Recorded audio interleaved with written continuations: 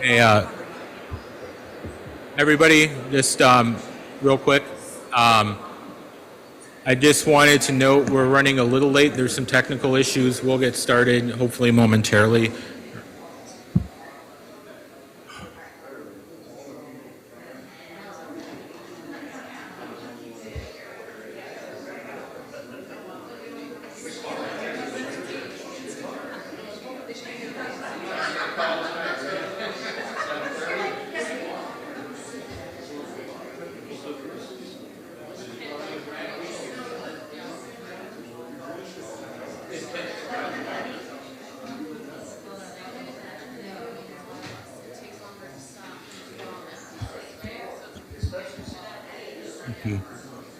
Okay. Hello, everyone. We're going to get started. Our presenter is stuck in traffic, but we're going to still get started with the agenda. So this is a special joint meeting between the Plan Commission and the Zoning Board going over a development code. Mark, would you first thing call us to order? Yes, Chairman. I'll start with the Plan Commission members. Member Meter, Present. Nicarata, Roderick, Sternquist, Present. Vincent. Commissioner Vincent did let me know he was going to be running a little late too. Wegley. Here. Chairman Marson. Here. All right, so with the Zoning Board of Appeals, Bone. Present. Grosstreck. Present. Gavin. Gibbs. Present. Conyer. Wegman. Chairman Marsh. Here. And we have a quorum. Okay. Thank you, Mark. The next item is the approval of the prior meeting minutes. Do I have a motion to approve the April 17th minutes? Motion to approve. Do I have a second? Okay, we have a second. Mark, would you read the roll? Yes. Meter. Yes. Roderick. Sternquist. Yes. Wegley. Marson. Yes. Bone. Abstain, it wasn't there. Grosstreck. Gibbs. Approve. Chairman Marsh. Yes. Thank you. Minutes are approved. Okay. Thank you, Mark. Okay, this is a continuation of our previous meeting of April 17th. Arista will continue where she left off. And she just got here. Timed that perfectly. Thank you. Take a breath. Thanks. I heard you were in traffic for 2.5 hours. Over 2.5 hours. So apologies for being late. It was unexpected. Do you need water? or anything? No, I'm good. Actually, I'm always Okay. prepared. but, Alrighty. but thank you all. Like you said, we'll just continue through kind of this last set of questions moving forward. And just to say that this process that we're going through right now is fairly typical to the over, I don't know how many dozens of zoning ordinance updates I've done, these kind of in-depth discussions. So we're really on track with what we're doing. These are important questions because they are regulatory in nature. And so, you know, these things do take a little bit of time. So for the first question for tonight was regarding signs, and it was the idea of restrictions on sign illumination. And as I understand, your current code is structured so you have an exterior lighting ordinance that's there. That's not part of the update that we're doing, but we want to make sure that we have something in place for signs. So the intent here would be to mimic kind of what's in your exterior lighting provisions right now, and just to say that we would limit illumination of signs to 1/2 foot candle at the property line. So it's really just taking the intent of your exterior lighting ordinance. This is fairly common to most codes, and so we would just integrate that into the document. Okay. And do we have a way to measure that to know if someone is exceeding it? Well, it would be through code enforcement, would be with a light meter. light. Yeah, so I'm not sure kind of what the current code enforcement standards are, but you have similar things already in the exterior lighting, so. Arista, we may require actually a map, a graph generated of the light levels. It's pretty hard to measure those kind of levels on a light meter.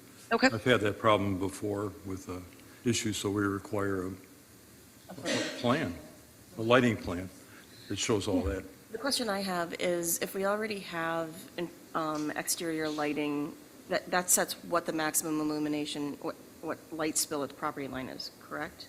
Yeah, it's the current rated at, what you see there in italics is your current standard, but it talks about luminaires rather than sign illumination, which is a little different than a standing light pole.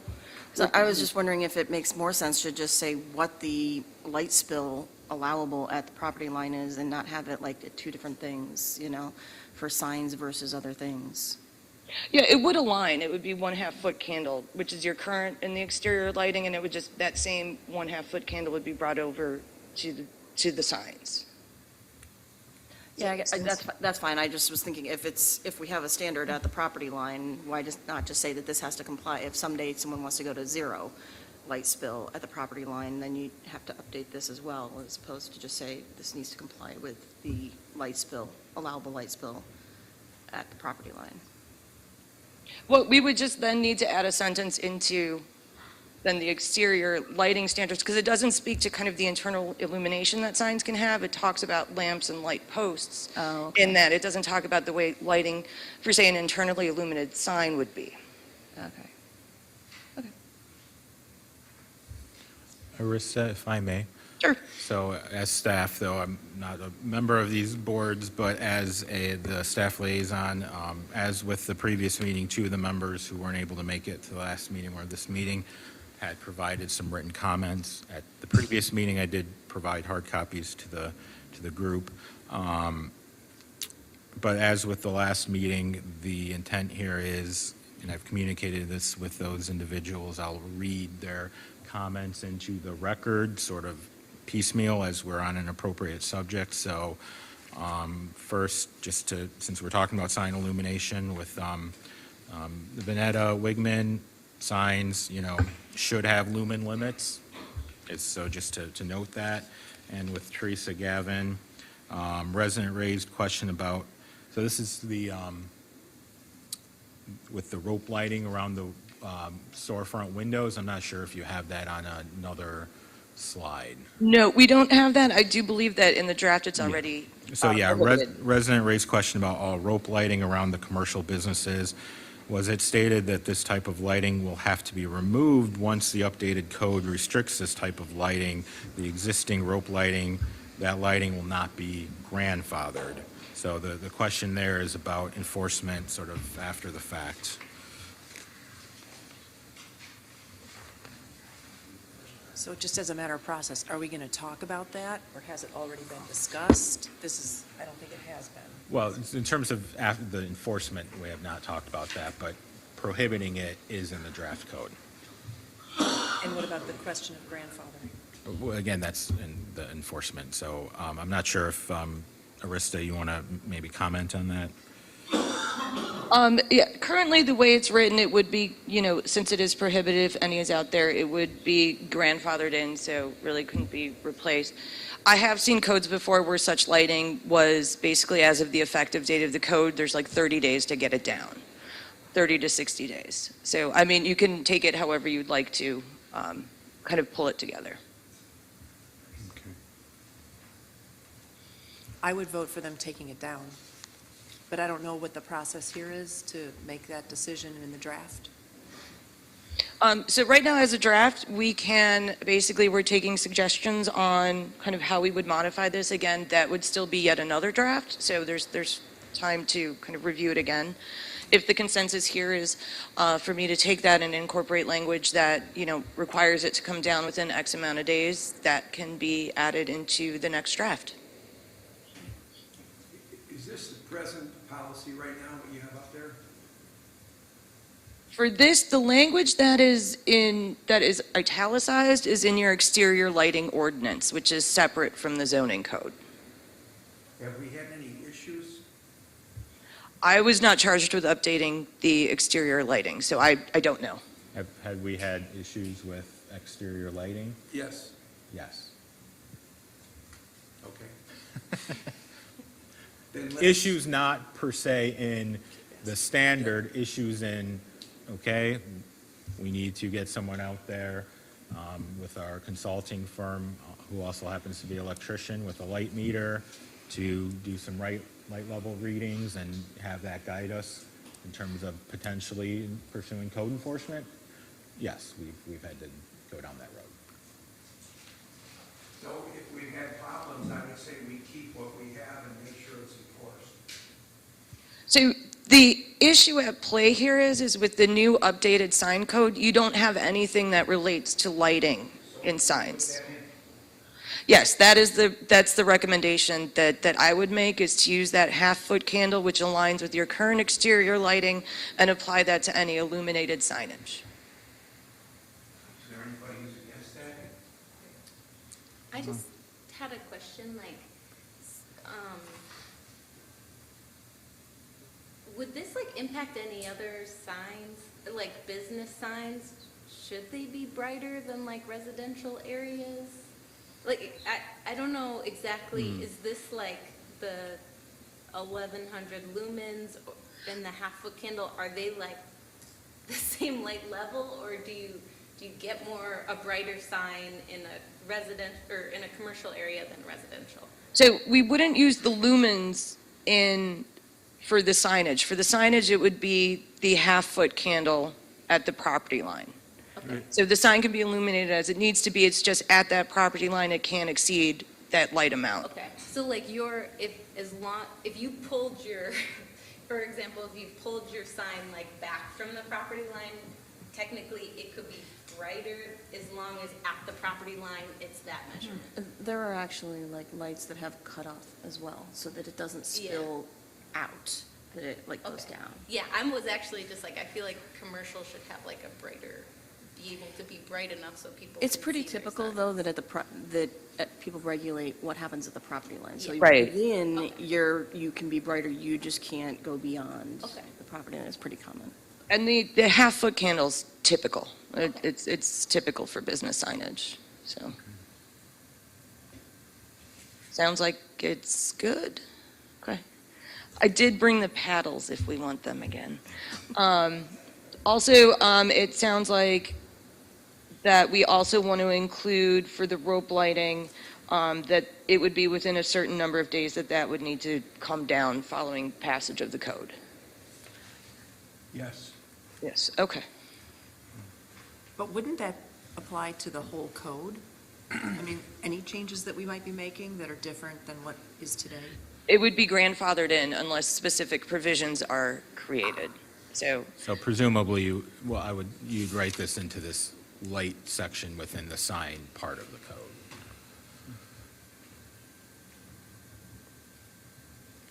okay. I just have a comment, just to let you know that Joe has just arrived to the Plan Commission, so he should be on the agenda then. So noted. Thank you. I was late too. Traffic was horrendous. Okay. The next we're into the uses. The next was regarding the definition of animal care facility, which was really intended to be things like doggy daycares, pet grooming establishments, boarding facilities. So things for domestic animals, for your cats and dogs that you as, just a private citizen would, want to use to take care of them. That's the intent of it, and the standards are written around that. A good point was brought up that it could be interpreted that places like 9 Acres and the center would fall under this, but that's really not what the use in the current code of animal care facility is intended for. So it's kind of like there's a missing spot here to address these two particular uses you have. Arista, before you go further, I think it would be helpful for me to read the comment that came in, and I think that related, you had saw this and why we're talking about it, but to read it in now, before we go further, but was potential impact on 9 Acres, the farm. So this is related to the animal care facility as it's like defined and regulated in the use section. They currently have yards along main roads, and then appoint farm animals stay outside to graze all night, certain dog breeds stay outside all night, etc. Alaskan Mamalutes, this is too restrictive for Palos Park. So that could be a comment for further discussion with the animal care facility in terms of with dogs and dog breeds and what regulations we may want with that. But I wanted to read that one into the record before we went further down, and I believe that was the only comment on that I had. Okay. So in talking with Mark, kind of seeing that these are kind of strange uses, they're grandfathered in, they're not going anywhere, we're not proposing to eliminate them, that we could add a use to the table for agricultural use that would allow for farms, horse stables, the accessory recreation that occurs on there, and basically clarifying the distinction from animal care facility. And in our thinking, these would be appropriate to be permitted in the open space district and to make them special uses in the R1. And we can add standards around them to make sure that they're larger facilities, so that way that confusion between the two gets eliminated in the code. Okay. Sounds good? It's okay. Sounds good. Okay. All right. So next up, there were a couple comments regarding design standards. I don't know, Mark, if you want to read that. Yes, I do have Picking up on a pattern. written comments here. So from Vanetta with the townhome, it's written in here, the use section regarding townhomes. I disagree with this wholeheartedly. And architectural uniformity of shape, materials, and color in the entire development of both townhomes and dwellings within the Western Growth Area serves no one but the builder. They bring in one type of brick, one color shingle, easy to slap them up cheap. Palos Park is not a town of structural redundancy. We like diversity. And then additionally from Teresa,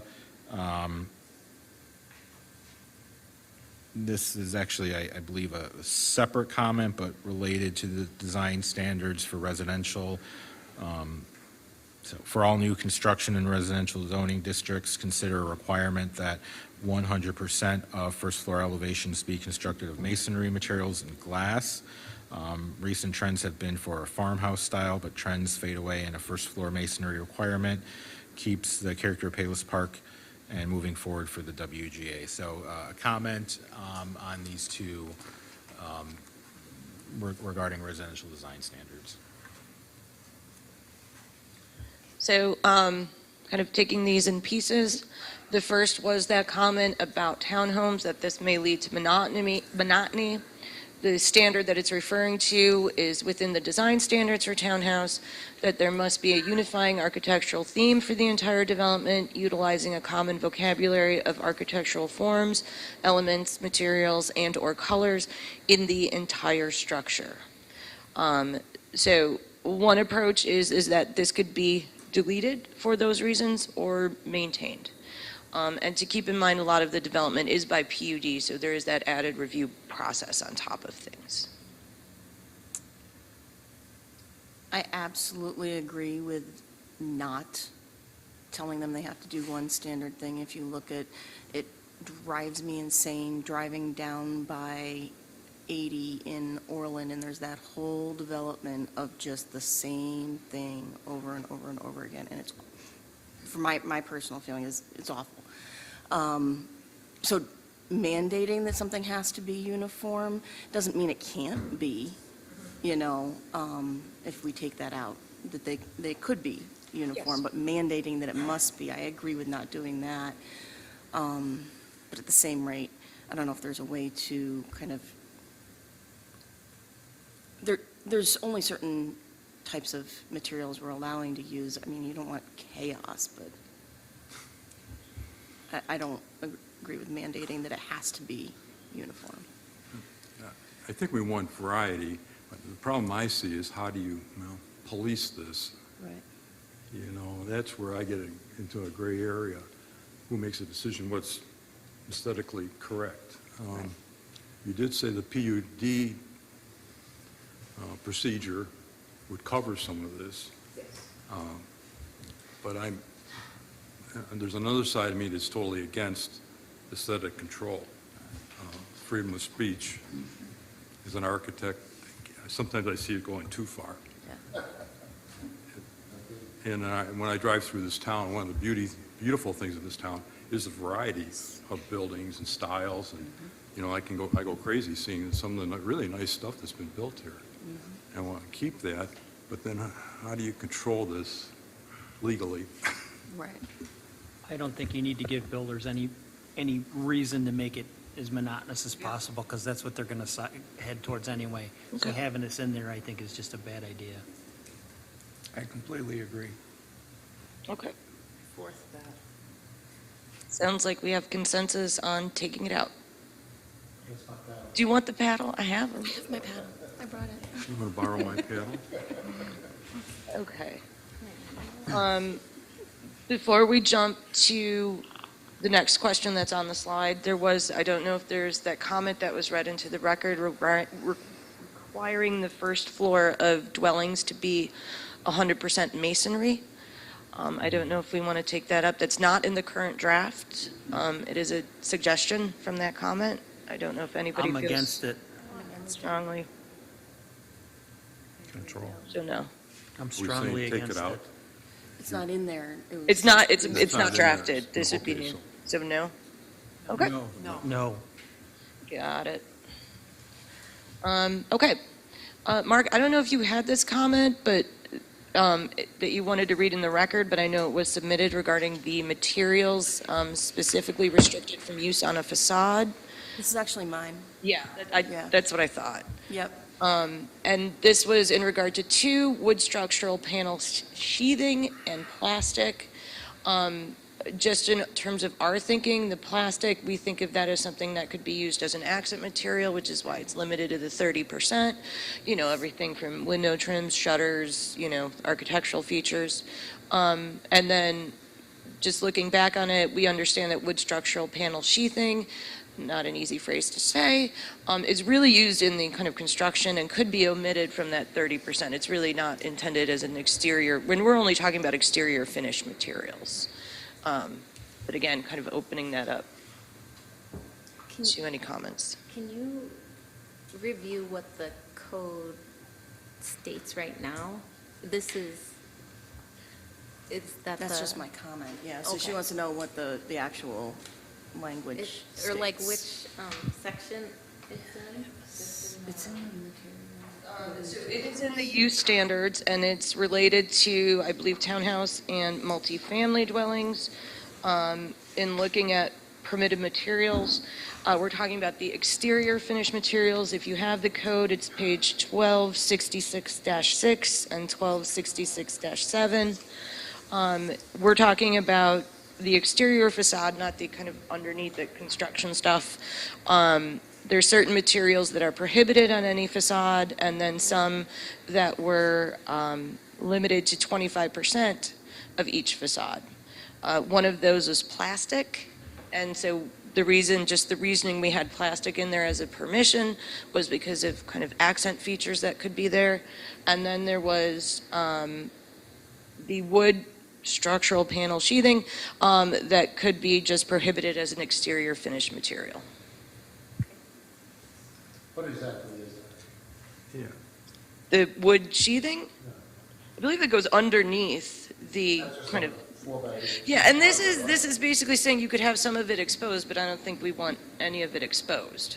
Because again, we're just talking about the exterior finish stuff. No, it When wouldn't I be hear the term exposed. sheathing, I think of something underneath, like a. Right, it's Put underneath. it on the roof before we put the shingles on. Because really, I mean, people can just take that sheathing and then like paint it a solid color and say good enough, and that's where I was questioning, like, I Right. don't care for that. That That's belongs what, under. that's what we're saying, I don't think Yeah. that's what we want. And I could, Yeah. we don't actually say that it's limited to trims for the plastic, which was where I was like, what? Trims, that's one thing, you know, like the shutters and that's fine as like using a, you know, in my mind. But it doesn't actually say that though in what we've got, that you can just use it for your whole facade. based on the way it's currently. Yeah, so we limited it to 25, 30%, that's not trim. 25%, Yeah, I'm yeah. sorry, it is 25%. And essentially, we were trying to be flexible on that. I mean, that number is open to debate. Obviously, that's why we're here tonight. I don't know, What's normal? But, I mean, we don't do. 25 to 30% in these types of standards. The problem is how do you police that? Again, how do you look at it, instead of an elevation, say it's 3%, how do you count that square footage? And how do you say, like, even though That's it's not Mark's job. it's not a trim, it's like 30% of the actual wall is just plastic. I know the trim, if you're thinking of 5-pound or something like that, Right, that's right, okay. yeah. But, yeah, how do you police and review a drawing? I mean, it's fairly, it's part of the review of the elevations and the architectural drawings, and the hope would be the information would be submitted as part of that for verification that's in there. It's not an uncommon standard that you have. It's something that a lot of places use, just to do that and basically say, you need to calculate, if you're using this, show us that it's only X% of the facade. We weren't specific on plastic that it was trims. We just left that number open depending on kind of what you wanted to do with it and how much of the facade it would take up. It's limited to that 25%. It's a pretty straightforward calculation. It's just based off the elevations and how many square footage of it is plastic and how much is your total square footage of your elevations. Okay. It's pretty straightforward. We have 25 now. The way it's currently drafted is 25%. I'm willing to go to 30%, is so listed.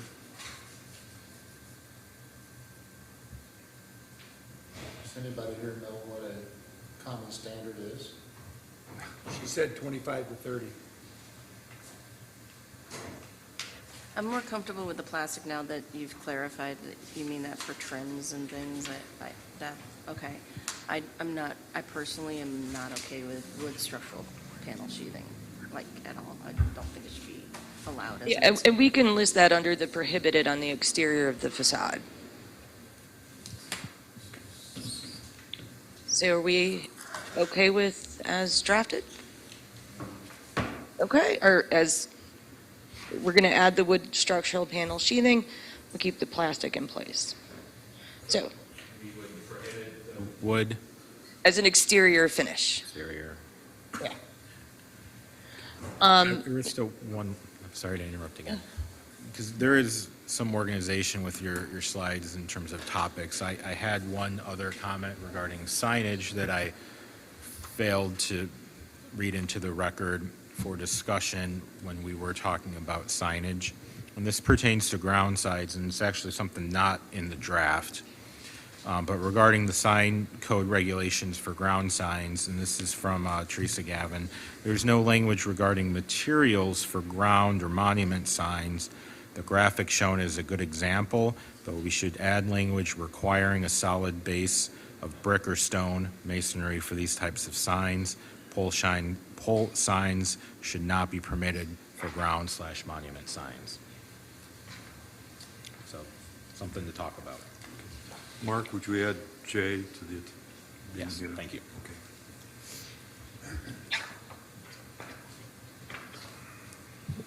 So just to mention what is in here, construction standards. So permitted material for permanent signs, we do have a regulation on that for So that's in a ground. different spot?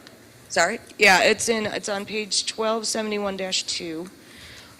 Regarding that comment, there is requirements for permitted materials for signs. So for things like a ground sign, permanent sign structures must be constructed of brick, wood, or simulated wood, stone, concrete, metal, plastic, or high-density urethane foam board, or similar durable foam construction. As, That's way too broad. Yeah, I was just gonna say, well, what are we yeah, not the allowing? metal would allow for a pole sign, Sorry? That would allow for a metal pole sign.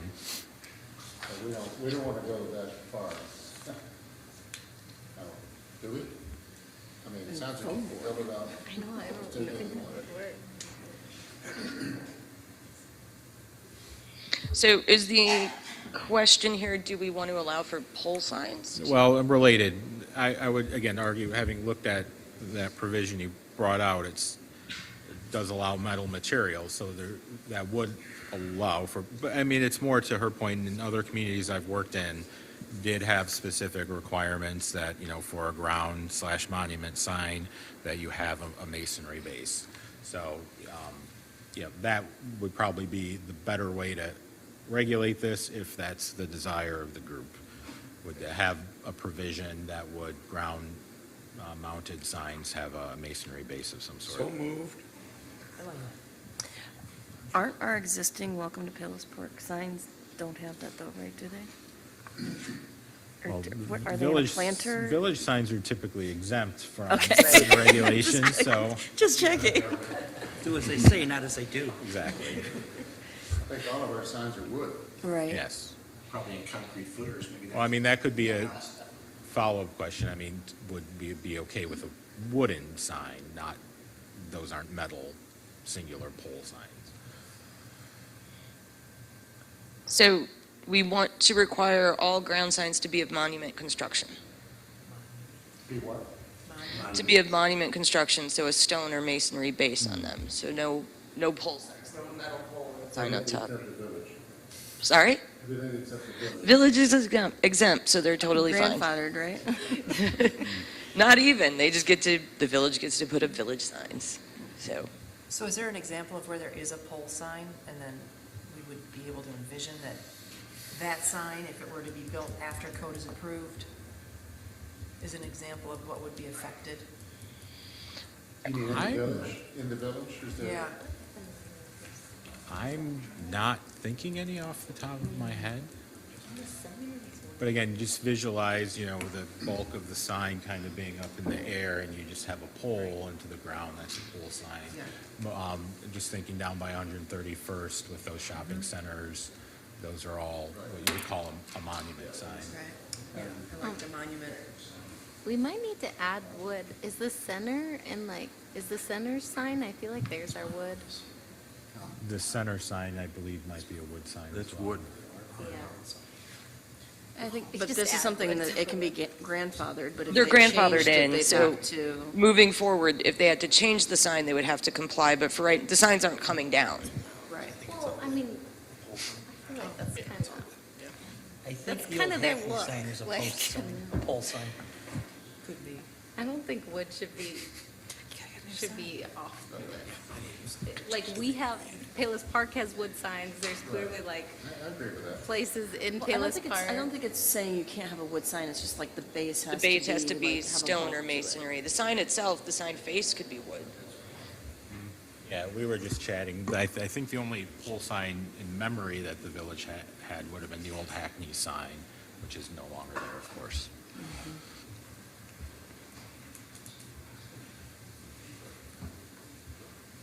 So it sounds like we want a base of stone or masonry on all signs, on ground signs moving forward. Okay? And I don't think we want to allow foam board for any signs. Okay. Sorry. Exterior facing, Sure. maybe interior. I second that. You know, in the construction of it, maybe, but not facing exterior. Okay. I will make that adjustment. I think plastic was also listed as well. And Sorry? Currently, it's listed as plastic as well. I think that should be removed.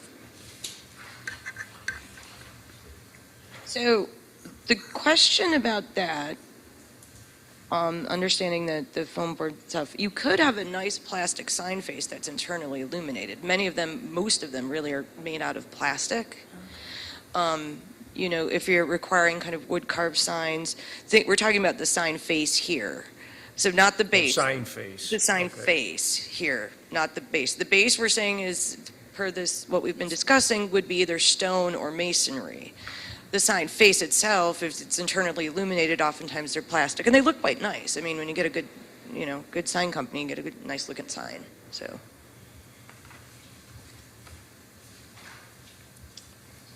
Okay. Next up was a couple of standards related to the residential dimensional standards. And the first was regarding the required minimum dwelling unit size.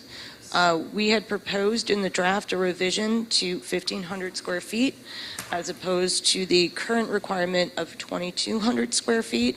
So basically requiring we'd be reverting back and requiring a larger home size than what was proposed in the draft. I don't know, Mark, if you wanted to read the comment? Yeah, I believe I only had one comment regarding that from Teresa. Her comment was to keep the minimum 2,200 square foot minimum for both the single-family residential zoning districts. Keeping the 2,200 square feet is more in line with the character of Payless Park. Motion to keep the 2,200 square feet? Yeah, I want to say that the zoning board was unanimous in the decision to keep the current standard at 2,200 square feet. But the traditional lot, what do we? I mean, we could change it for the traditional lot. Right now, as proposed in the We don't have draft, the it was, traditional lot now, though, that's the problem, right? So right. Are we saying that we want 2,200 square feet on a less than 1 acre lot? That is a compromise. It could be over an acre would be 2,200, less than an acre could be 1,500. So I feel like Whatever that's number. appropriate. I personally, the concern I have with this is, I get what everybody's saying about Palos Park. The concern I have with this of requiring the bigger house is if somebody comes in and is a two-person family, has no plans to ever be anything else, we're requiring them to build way more house than they actually need, which is not a sustainable, it's not the right thing environmentally to do, to require someone, or to require them to spend more than, and build more house than they actually need. So that's the concern I have with that.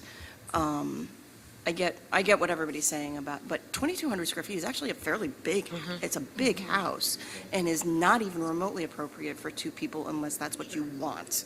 You know, most people, especially older people, and we have a lot of older people in Palos Park, that's way too much house for them to maintain. And so a lot of people, when they want to move to a smaller place, it's easier to maintain. So I feel like 1,500 is more appropriate as a requirement, but I could see on an acre that 2,200 is appropriate. That's just my 2 cents on this. Yeah, I have properties in mind that I'm like, that would be crazy if you put it on. Like, there are Right. some really Right. weird and small properties in Palos Park. I just don't think it would work. But the general comments that we receive in the zoning board is when the participants actually speak up from the audience is they moved to Palos Park for a reason. They want to get out of that city living. They want the open spaces. And the idea is not to be, build Palos Park with some of these changes. I don't think anyone in the village would be for that, to build up Palos Park. So if we're talking about now we're creating smaller lots, now we're saying we're going to shrink the house size from We're not 2,200. creating Creating smaller smaller lots. lots. No, No. The lots are already changing. created. Only creating the Oh, house, shrinking the house down. That's all. We're creating lots that will become buildable. Is that I a fair don't think statement? that's Buildable now. We're getting to that. I mean, you've got lots here, non-conforming legal lots of records that are buildable now, but, may require variances. Correct. But with us going through these discussions, and we're going to relax some of the building setbacks, they won't go through a variance any longer. That would be approved to be built. That's what I'm saying. But what are you saying by saying that? Are you objecting to that, or? What I'm objecting to taking away the open space that we have in Palos Park, creating more dense population, which is not why people move to Palos Park. Well, this has nothing to do with density. Yeah. This is just the size of the house on the Creating lot. an And opportunity. When I actually, mean- if you're looking at open space, a smaller When I mean house. population density, taking Palos Park from 4,500 residents to 5,000 or 4,750 or something like that. Building a smaller house wouldn't do that. It's not changing the lot size, and the only lot size that are allowed to be smaller right now are the ones that are already existing as smaller, and building a smaller house would have more open space, not more density. And on some of the smaller lots, forcing them to build a 2,200 square foot house would be more cramped than a 1,500 square foot. But do we all agree that on the 1 acre and larger lots, the 2,200 minimum should stand? Yes. Do we agree on that part? I So would- we're I just would agree. talking about the sub 1 acre lots right now? Yeah. Good, okay. And I've commented, maybe not to this holder, but to the commission before. I'm in that older group that we talked about. And we've had comments from the community before on this topic. And I can tell you that if you're in my situation, you were almost forced to leave Payless Park if you want to quote-unquote downsize. There is almost no place for someone like me to sell my home right up the street here and move into a smaller residence in the town I've been in for 41 years. And I don't think that's right. And I don't think it would denigrate my community if we had places. I mean, I'm in, and I've told you before, I'm in the real estate business, so I may be a little prejudiced about this, but I would love to have places, townhomes, smaller homes, or otherwise, where people like me could sell the larger home, larger property, and not have to leave my community. I mean, I don't know why we would object to that. But we do have Edelweiss and Commons, and we have townhomes, so you can stay in the town. Agreed. Very difficult. Very few units, very difficult. And not, at least for my taste, not always desirable. I mean, I just, again, I don't want to get on a soapbox here, but for the record, I would love for us to come up with a way to let people downsize in the community they've lived in for many, many years. I don't think there's anything wrong. I don't think we should have to move out of our community because there's nothing available in our community. And why would I just don't understand that. I don't understand that thing. I'm going to be the same guy after I relocate as I was the day before I relocated. I'm not changing. It's just the size of the residence that I want, for what it's worth. That's coming from an old guy. Coming from a old gal, I just don't think we should require a larger minimum on any size property. Yeah, I personally think that, yeah, like I said earlier, that I don't think it's the right thing to do environmentally either, to require people to build more than they need to. If they want to, that's up to them, you know? So on the opposite side, we've been doing it forever, and I don't know that there's been that many complaints as such. People just don't move here. I understand your concern, but Can you, I still don't see the upside, why the requirement would be there. I don't understand the benefit, really. Yeah. The village gets higher property taxes because it's No, higher no. residential. The village gets almost none of the property taxes. Property taxes are That's not an the size of the incentive. house, though. That's not an incentive. The for schools village. get, I would agree that that's not a reason. Property taxes are higher bigger than the house. Yeah, I still haven't heard anything that's yes, this is beneficial to the town. and I don't know that big means you're more in line with who we are in Palos Park. Yeah. You can build a really You can be good, nice beautiful, 1,500 square foot home. 1,500 square foot house. I would suggest that we stick with the 2,200 on the acre and above and 1,500 or whatever the number is. And I don't know where those numbers came from, but those Right. relationships, I think, make sense. And that's the problem, it feels arbitrary. Where did 1,500 come from? I don't know where a lot of this stuff comes from. I'm asking if there are experts someone's that ear. can tell us what is normal, I don't know. So the 2,200 is current. I don't know where it came from. We Is drafted that normal in your work? to have minimum dwelling unit sizes for residential. And 2,200? I mean, is that just something? It's not typical. It's, What is typical? you don't tell somebody how big the house needs to be. There's no requirement. Most typical is there's no requirement. The setbacks, the building coverage, impervious surface, build the size house you want, whether it's small, whether it's big. The lot size controls the density. So it's fairly typical to not have any standard to this.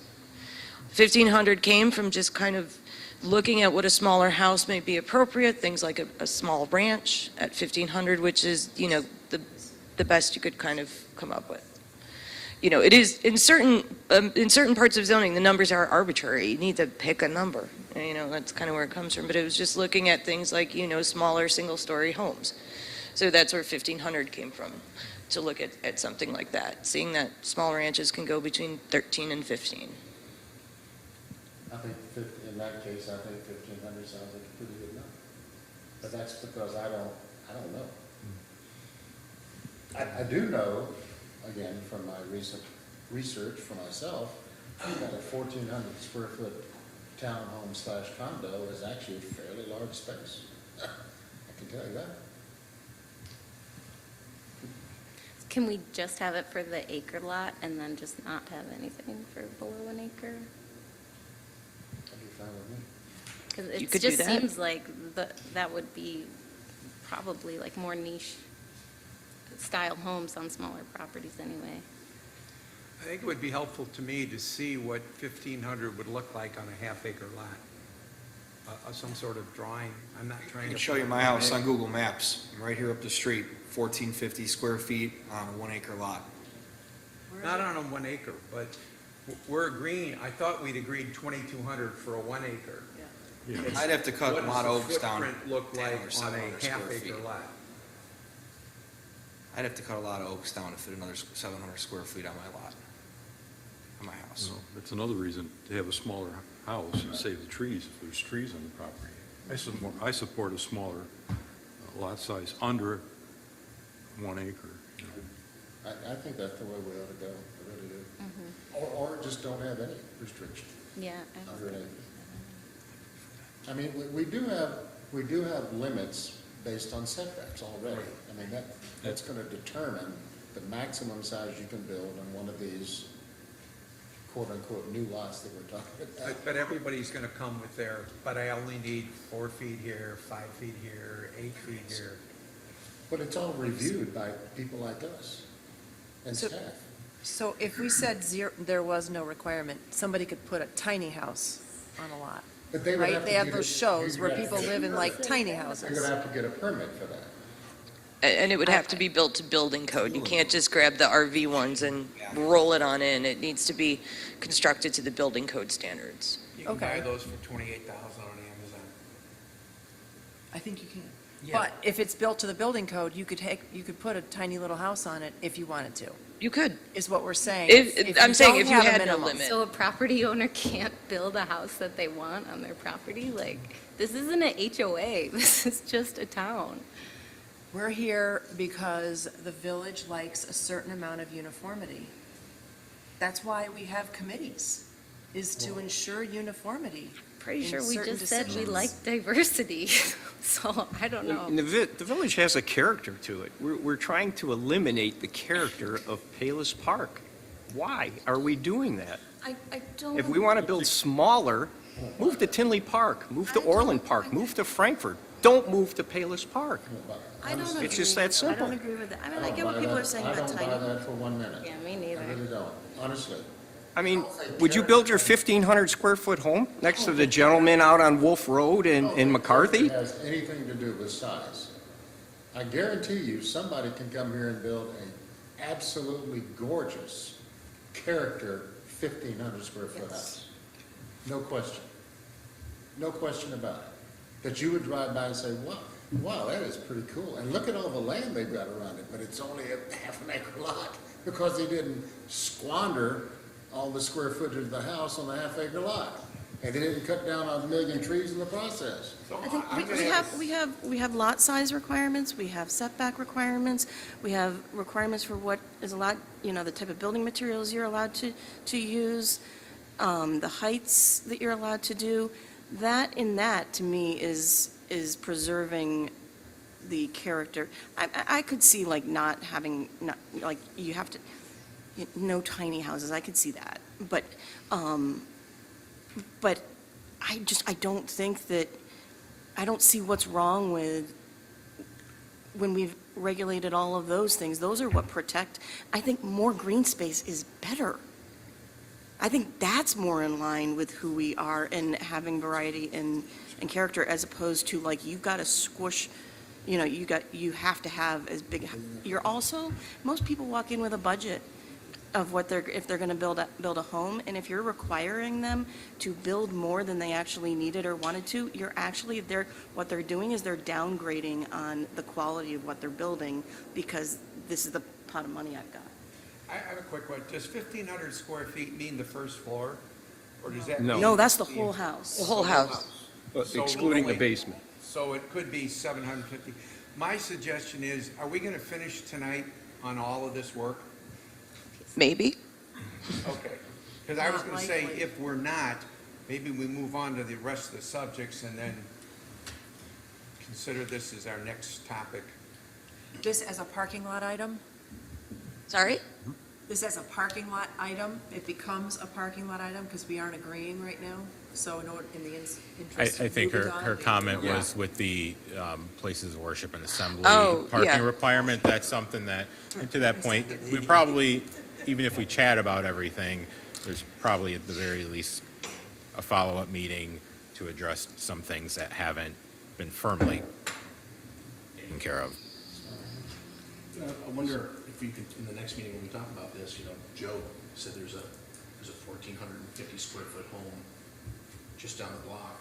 I wonder how many other 1,500 square foot homes there are in just this little village area beyond. It's right across the street. Well, that's two of them. That's It sounds like, That's less than 1,500 square feet. That's Exactly. small. I mean, that seems to be in the character of the village, like these little cottages, that. Agreed, Jay. That's Agreed. exactly what they were. So I guess that argument doesn't hold as much sway in my mind as it did 10 minutes ago. This kind of is like this whole, the myth that was uncovered early on was that we're a bunch of 1 acre lots, and what's the reality? We're not a bunch of 1 acre lots. In fact, we're not even a majority of 1 acre lots. 35%. To the point that at the end, you can absolutely build a 1,500 square foot home that fits in the character of this village. So, I don't know, how many other I don't want. building opportunities are there even? I don't want the zoning board folks, we obviously don't know each other that well. I don't want any of you to think that anybody on this commission wants to downgrade this village. No. It's just not where our head is at. It's really not. I don't think any of us believe that. Really? I really don't know. But no, I don't think anybody wants to downgrade Oh. the village. Oh, I thought you were saying, no, you do mean we're downgrading. No, I don't think, the fact that we're here tonight means we Right. don't want to downgrade the village. We're all here to We can preserve have Palos Park. philosophical differences and still want the best for the village. Exactly. Agreed. Right.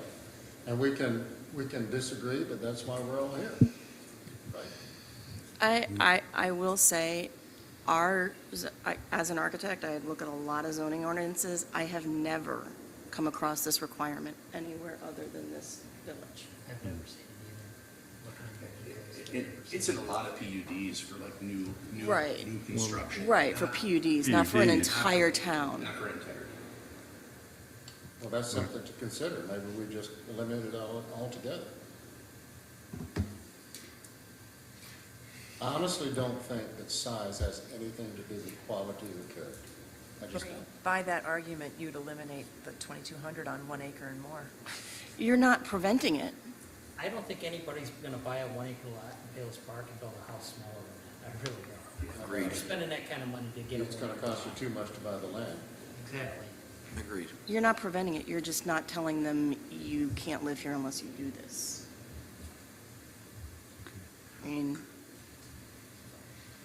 how much of a difference is there between a 2,000 square foot house and a 2,200? What, I'd like to bring this to an why do we agreement. care about that? Are we agreed if it's over an acre, 2,200 is okay? And why? I just don't understand why we have this requirement at all. Where did it come from? Why do we have it? Why do we care? Why can't they build what they want on the lot that they buy? I mean, within our code requirements.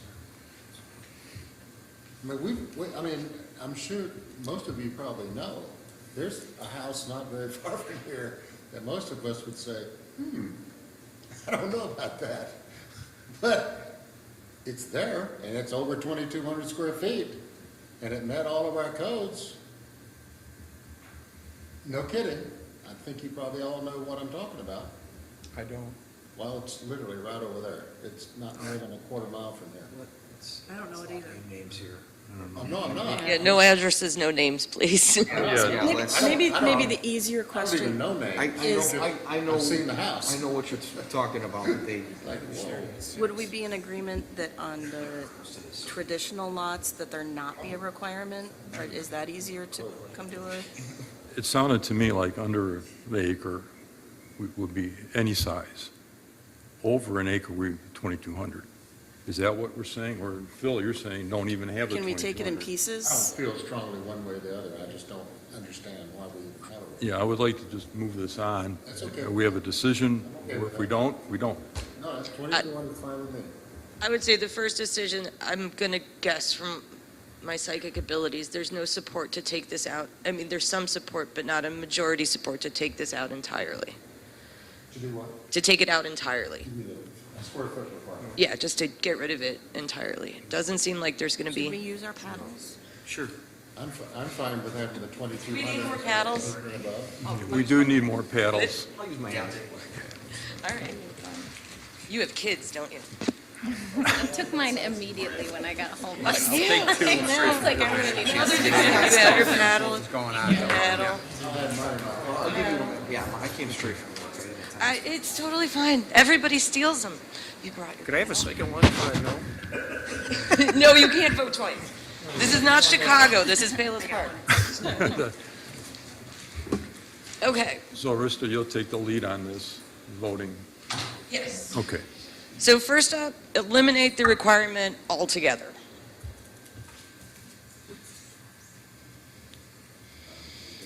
I'm indifferent too. I could go either way. I'm Phil, indifferent. you need to. Phil? I'm like this, I don't care. No, we did this last time. It's either red or green. But it seems to be, kind of the majority is do not eliminate it altogether. Okay. No. This Wait, is be clear about what we're voting for. No, I understand. Voting on eliminating a requirement for a minimum dwelling unit size. You would not have anything. You could build whatever size house you want on whatever lot. So this is, We're on- Okay, so do it. we're not Do just it taking again. this vote between the 1 acre. We're not, no. This is the initial, Else had a 5,000? this first vote, let's just clear this one up, to get rid of this requirement But I mean. if you- altogether. I can build whatever size house I want on whatever size lot I have. Get rid of it. This is the vote to get rid of it. This is the vote to get rid of it. I'm indifferent, but I'll go We green. should be decisive. I can't. Oh, no. 1, 2, 3, 4, 5, We 6. should have it on bigger lots. Ooh, wait. 1, 2, 3, 4, 5, 6. 1, 2, 3, 4, 5. I mean, it's close. It's 6 to 5. To get rid of it Altogether. altogether. Let's break it up into two things now and see where we stand. And see where we stand. Okay. So the first would be to keep the 2,200 square feet for lots of 1 acre or more in size. If we aren't getting rid of it. We're not, yeah, we'll put that on the table. That's too close to call. So now we're going to break it Repeat up. it one more time. So if my lot is an acre or more, I need to have a 2,200 square foot home. We're not getting rid of it. Okay. 1, 2, 3, 4. Okay, so 7, so, okay. So that one would win that way. Now, if I'm under an acre, should I have any, if I'm under an acre, there is no requirement for a minimum house size. Okay, well, the clearest votes is this. It's the 2,200 square feet if I'm an acre and no minimum dwelling unit size if I'm under an acre. The other one of getting rid of it is just a little too close to call. And this is not an official vote, just so anybody watching at home is clear. We don't take official votes with Amazon paddles. So, Thank you, Arista. okay. Under 1 acre, no size, okay? All right. So similarly, there was a comment, I believe this was kind of brought up during one of the first meetings, about the maximum impervious surface coverage, and, that would be everything on the lot, the house, the paving, the patios, everything that doesn't allow water to penetrate to the ground, that perhaps a sliding scale would be more appropriate based on the size of the lots. We threw some preliminary numbers on. This wasn't super researched. The intent was to gauge everybody's opinion if this is what we want to do, and I can do a little bit more research and refine these numbers. But essentially what happens is, as your lot gets bigger, that percentage of impervious coverage you can have gets smaller. So basically more green space on the lot. So basically saying, right now we're at 55% for everybody, but if I have 2 acres, that means I can almost cover an acre of land. Yeah. And so we don't want to do that, so we want to bring that down. So these numbers are exemplary. They're not intended to be the final numbers, but if the approach is acceptable, I'll work with Mark and we'll draft standards to that end. I think everybody's okay with that? Okay. Okay. And this last one, if you, Largest one? Like, Sorry? So for the more than 3.5 acres, then the largest impervious surface is a acre. it's 1.4. not, these are just examples. Oh, okay. I have to work on the numbers. So then are we having in our mind, like, what the largest impervious surface could be on a property? Like, do we have a max general? Are we thinking what it would be? Like, what would be? I mean, do you have, I mean, we're think it's going to more do of a some research and percentage. tweak It's them. not a They're working on total it. number, yeah, they'll come back. Okay. They'll come back to us with numbers. And this is fairly common, because you've got some, I mean, you don't have a lot, but you do have some lots that are significantly larger, and we want to make sure that they're restricted You could from have some that are overpaving. large lots, they have a long driveway. What's our largest, oh, that's a good point.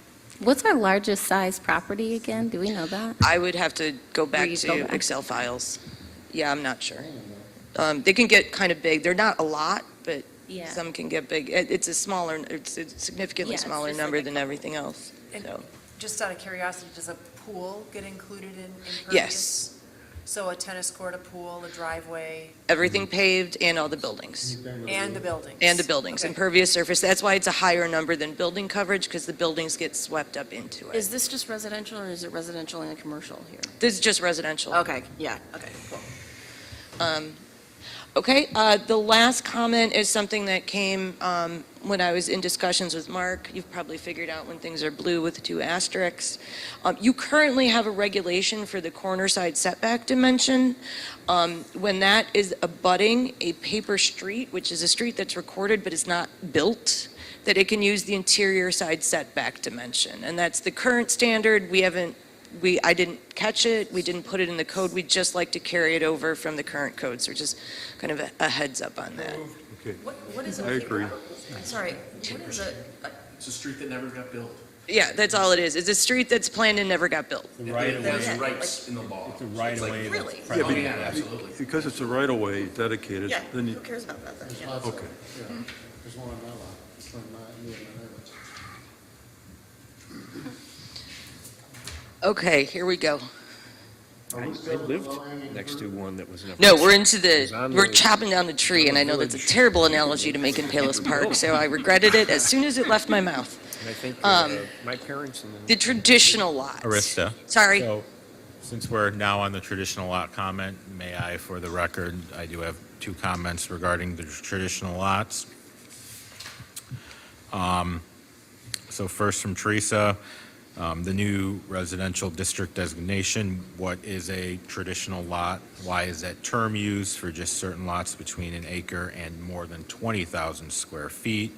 And then she kind of noted, what about having an R1 single-family zoning district for an acre, have R2 single-family zoning with a minimum 20,000 square feet, and then the R3 would be multifamily.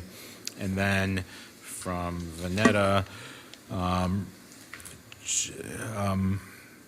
this was just about going back to the earlier meeting in March. I concur with points made, especially discussion of the 1 acre traditional lots, lot size under 20,000 square feet, reducing the minimum required square feet of a new home. I hope these are reviewed, and that touches on what we just talked about. And so those were just some general comments that she had with that. Okay. Could I just comment on like the zoning district, just because I know Yeah. we've talked about that like before at the staff level with you. Because that is an approach. It's just if you're going to kind of have them as separate zoning districts, gets difficult when it comes to actually mapping and having the zoning map, and, because it's kind of, these lots, it's not uniform. It's not like it's clear over here, these lots in this part of town are that, and these lots over here in this other part of town are larger, so it's like spot zoning, and you have one random parcel on a block that would have a different zoning classification, so that makes things a little problematic, and that's just 2 cents of staff regarding that. And just to add to that, Mark, because I remember this from our conversations, when you would be, if you were to make it 2 zoning districts, say a 1 acre district and a 20,000 square foot district, when you map them, you're going to end up snagging some of those acre lots, which would then increase your chances for a subdivision of that acre lot into 2 lots. So the traditional lot concept that we've presented protects that. You can't make a new one. Yeah, to that point, I've never seen a zoning ordinance where you have a zoning classification on the books that you then would just not even allow a property owner to petition to rezone their property. So just throwing But it I out. thought that's already prohibited. So again, the draft here isn't creating 2 different zoning districts. We're just, the draft is within the R1, there are potentially these reduced setbacks and such for these quote-unquote traditional lots. And then, yeah, you can't create new ones. What I'm saying is this other approach would potentially allow that, though. Yeah, it would put you in a precarious position of rezonings to a smaller lot size. So the way this is structured now in this draft, you have 1 residential zoning district. All the lots over 20,000 square feet or over an acre are your standard 1 acre lots with, regulations that are geared towards those. And based on our analysis, and kind of everybody here is really aware of this, you've got smaller lots. We've just been talking about it. And so what we thought was creating the lower kind of a threshold between 20,000 to 1 acre and tailoring standards to that would allow those lots to continue deemed conforming. People can build houses according to those standards. And, it'd be a way to address an existing condition and kind of memorialize it without opening the opportunity to create more of these smaller lots. You cannot make a traditional lot exist, it exists. So there were a couple questions that came up with it, and we'll go through these. First is just the idea of maintaining the traditional lot concept, which is what Mark touched on with the comment. Some folks had mentioned issues maybe with the name traditional lot, thinking that maybe the 1 acre is the tradition and these smaller lots are not. It's a naming issue. I mean, if we want to change it, things we've thought about, alternative, established, legacy lot, because you need to Legacy lot. distinguish this smaller lot size that you've got. And then is 20,000 still the appropriate floor? So the idea is you're memorializing these lots. They don't have to come in for variances if they meet all the standards, because the standards for the most part are tailored to their size. And so that kind of gave us that middle ground between everything under an acre, but, kind of stopping it at 20,000. Also clarifying, and this will be the next step, is that those lots that are under 20,000 square feet are your non-conforming lots of record. So they're smaller than 20,000 and currently subject to your non-conformity provisions. If they're a legal lot legal lot of record that's smaller, say it's a 10,000 square foot lot.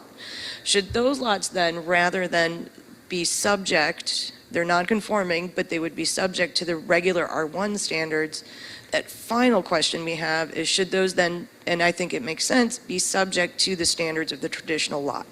Because they're smaller. They have to be smaller. That's why they're non-conforming. So you're going to end up with like kind of 3 categories of lots. Standard, regular ones that, acre or more, these traditional lots, or if we change the name, and then non-conforming lots. So is that pretty clear? Yeah, I understand the 1 acre, that's new lots, but we do have a lot of lots under an acre. But when you get to that 20,000, that's where you lose me on this, because they're all legal lots down to 0. Because they're all created before the zoning code was enacted. I know my lot was created in 1920 or so. So I don't think you need this 20,000 square foot separation when you're under an acre. So the They're all the reason same. for the separation is that what we're doing is these lots between 20 and an acre, or just under an acre, but I'm just going to say 20 to an acre, would not be considered non-conforming lots anymore. They would be deemed conforming, so they're not a non-conforming lot, and per the standards of the residential district, they would have their own, basically, district standards that they need to comply with, which are a little bit less than what you've got for an acre lot, because it's a smaller lot and we've made adjustments. So you don't have to get a variance, you don't have to go through any of that process. You can build your house, you can rebuild your house on these lots without additional layers of approval and without having to consider any issues with financing that may come by saying my lot is non-conforming. You'd be a deemed conforming lot within the village. And we use the 20,000 as a threshold because we understand kind of the importance of the larger lots to the village of Palos Park, and that as you got kind of below that, maybe we do need to, if you can't meet the standards of the district, that you do need to come for a variance and kind of, go through a review process. I just see that if you're under an acre, a lot was created legally, it just. I guess, who cares you can- if it's 20,000 or 15,000? I agree, I don't understand them. I think it complicates the whole thing, and, I know, I'm thinking of the Three Streets, Highwood's one of them. In that subdivisions, we brought them in because they wanted water, but I looked at the map, and some of the lots are over 20,000, some are 18,500. I mean, you're going to have lots sprinkled within a subdivision that are going to have different standards, and why don't we just forget the 20,000? I mean, no matter what, we're making them subject to the requirements of the traditional lot standard, right? Probably. Yeah, you kind of need to set a floor, a threshold there of what would qualify as their traditional lot, because I don't know that you want to set standards, and if you've got a 5,000 square foot lot sneaking around in here, that it's now deemed conforming and can just build to the standards, or you'd want to review it. But Well, you what wouldn't is be the able to actually build anything on it, though, because you've got setbacks that are like, Well, we're I mean, build that something that's 4 is an square inches? I don't option. know. I mean, if you want to set it with no floor, I just. I mean, that would I essentially. just don't understand, like, what's the negative of not, or of not setting a floor? If there's a negative, okay, but I just don't The understand what it negative is. would be there's another way in the code to enforce not building on small lots. Like, if you take it out, you won't have that other part of the code to point to, right? Yeah, I mean, if it's a legal lot of record and it exists, you've got you are able to build under the non-conforming provisions, chances are you're going to need a variance. And even if we take out the floor, you're going to end up in the same situation. The issue is you would have no more non-conforming lots of record, really, because you've now deemed everything that exists as of the day of adoption as a legal, as a deemed conforming lot, and given it its own set of standards. What I saw on the half-acre lots, or under the 1 acre, we gave help on the front yard setback, being the 2 properties on either side. We gave help on the side yard setback, and the only item that wasn't adjusted was the rear yard setback, which I think was 50 feet, but that could go to maybe 35 feet on these smaller lots. Leave 50 for the acre lots for the rear yard setback. And what I'm getting at is really not much difference between this high 20 and low 20 when you're under an acre.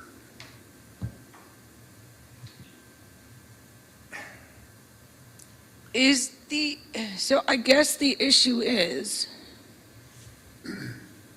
with some of these things, the corner side, the interior side, it's really all the setbacks that come into play. Mark, what kind of stuff do you see coming up? Can you recommend, kind of get us off the dime here? Well, I would just kind of note it, having a minimum lot size is basically a standard for any zoning district, basically everywhere, right? So what Riss was kind of stressing is, you then have legal non-conforming lots.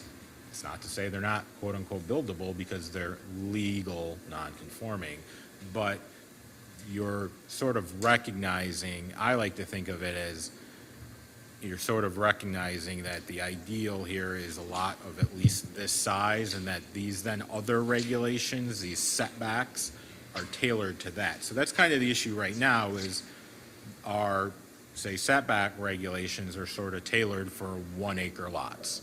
And then you have these folks with a 30,000 or a 25,000 square foot lot that may have difficulty complying with those regulations. So the idea with the quote-unquote traditional lot was to provide some relief to those folks. But again, the intent of putting some kind of floor there is, again, you typically, if you had no floor, then you're saying there is no minimum lot area in the district, technically, even though you might have language right next to it that says we're not going to allow any new lots to be created that are less than an acre, so it's, I have a the question idea on is, that. again, like to just say, okay, these really small lots are legal non-conforming, and that's not to say they're not buildable, but to then, you're recognizing, though, that you have some standards that are tailored to that. So then you essentially now have these other regulations that are tailored for roughly half acre to an acre lot. And then if you're smaller, which a lot of, again, when we kind of talked about it, I know Rista put some of that GIS data together. It's a limitation of the data that is pulling parcels, and we do have situations where in some of these cases, you might have a 7,500 square foot parcel, but it's actually under ownership, several of them, so that person actually has 30,000 square feet, not 7,500, right? So, yes, there's a lot of lots under an acre, but, just throw that out there. So what do you and people like you in your profession recommend on this particular topic? Should we have a floor or not? Let's start there. Again, I've not seen a zoning ordinance that has been written where here's a zoning district and there's no minimum lot size. So, and how does 20,000 square feet sound to you? The logic is, again, it's roughly, it's roughly a half acre, A lot of zoning ordinances don't necessarily use per se acres, they just deal with square foot. So, here's a 40,000 square foot minimum lot size, and then you have, a 20,000 square foot minimum lot size, and then, depending on the community, maybe you end up with 10,000, a zoning district with a 10,000 square foot lot size. So it's just So kind you of think 20,000 half to square half feet? to half. You think 20,000 square? There's logic to it. sounds- Yeah. Suggest we have 20,000 square foot as the floor and use the word established lot. And just to bear out where the 20,000 came from, when we did the GIS analysis, which is not perfect, because we don't know who's we don't have ownership and sharing things, the majority of your lots that don't conform in all the districts, and it's a big number, is between 20 and an acre. After that, you get into like 6%, 0.4%. Those numbers are very small before you hit that 20,000 square foot breaking point. So the intent there was, let's acknowledge the existing development pattern in the village, which is there are significant lots between 20 and 20,000 square feet and an acre, and deem them conforming. So they're no longer non-conforming lots of record, and let's just keep that. The GIS data bears it out, that that's the development pattern that's here. I mean, it is. And so if we said we wanted to keep the 20,000 for the minimum, and somebody has an 18,000 square foot lot that they want to build on, do they have to, what happens? Just because it's a non-conforming lot, what happens to them? So they can build on it. So if it's a legal non-conforming lot of record, let's just always make sure we use I'm going to say non-conforming lot of record, I'm going to imply that it's legal.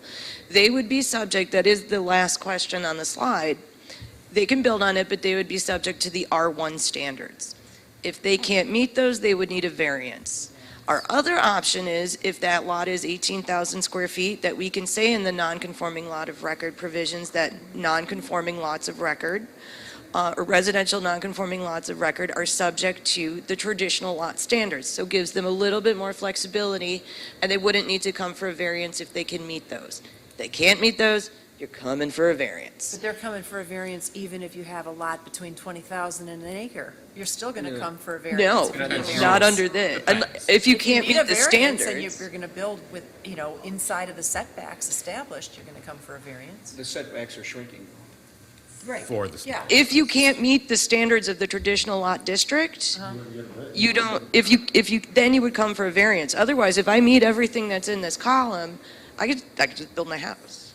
I think it makes way more sense for less than 20,000 square feet to be R1 traditional lot standard, or the traditional lot standards, not the R1 standards. It just doesn't really make sense. I agree with that.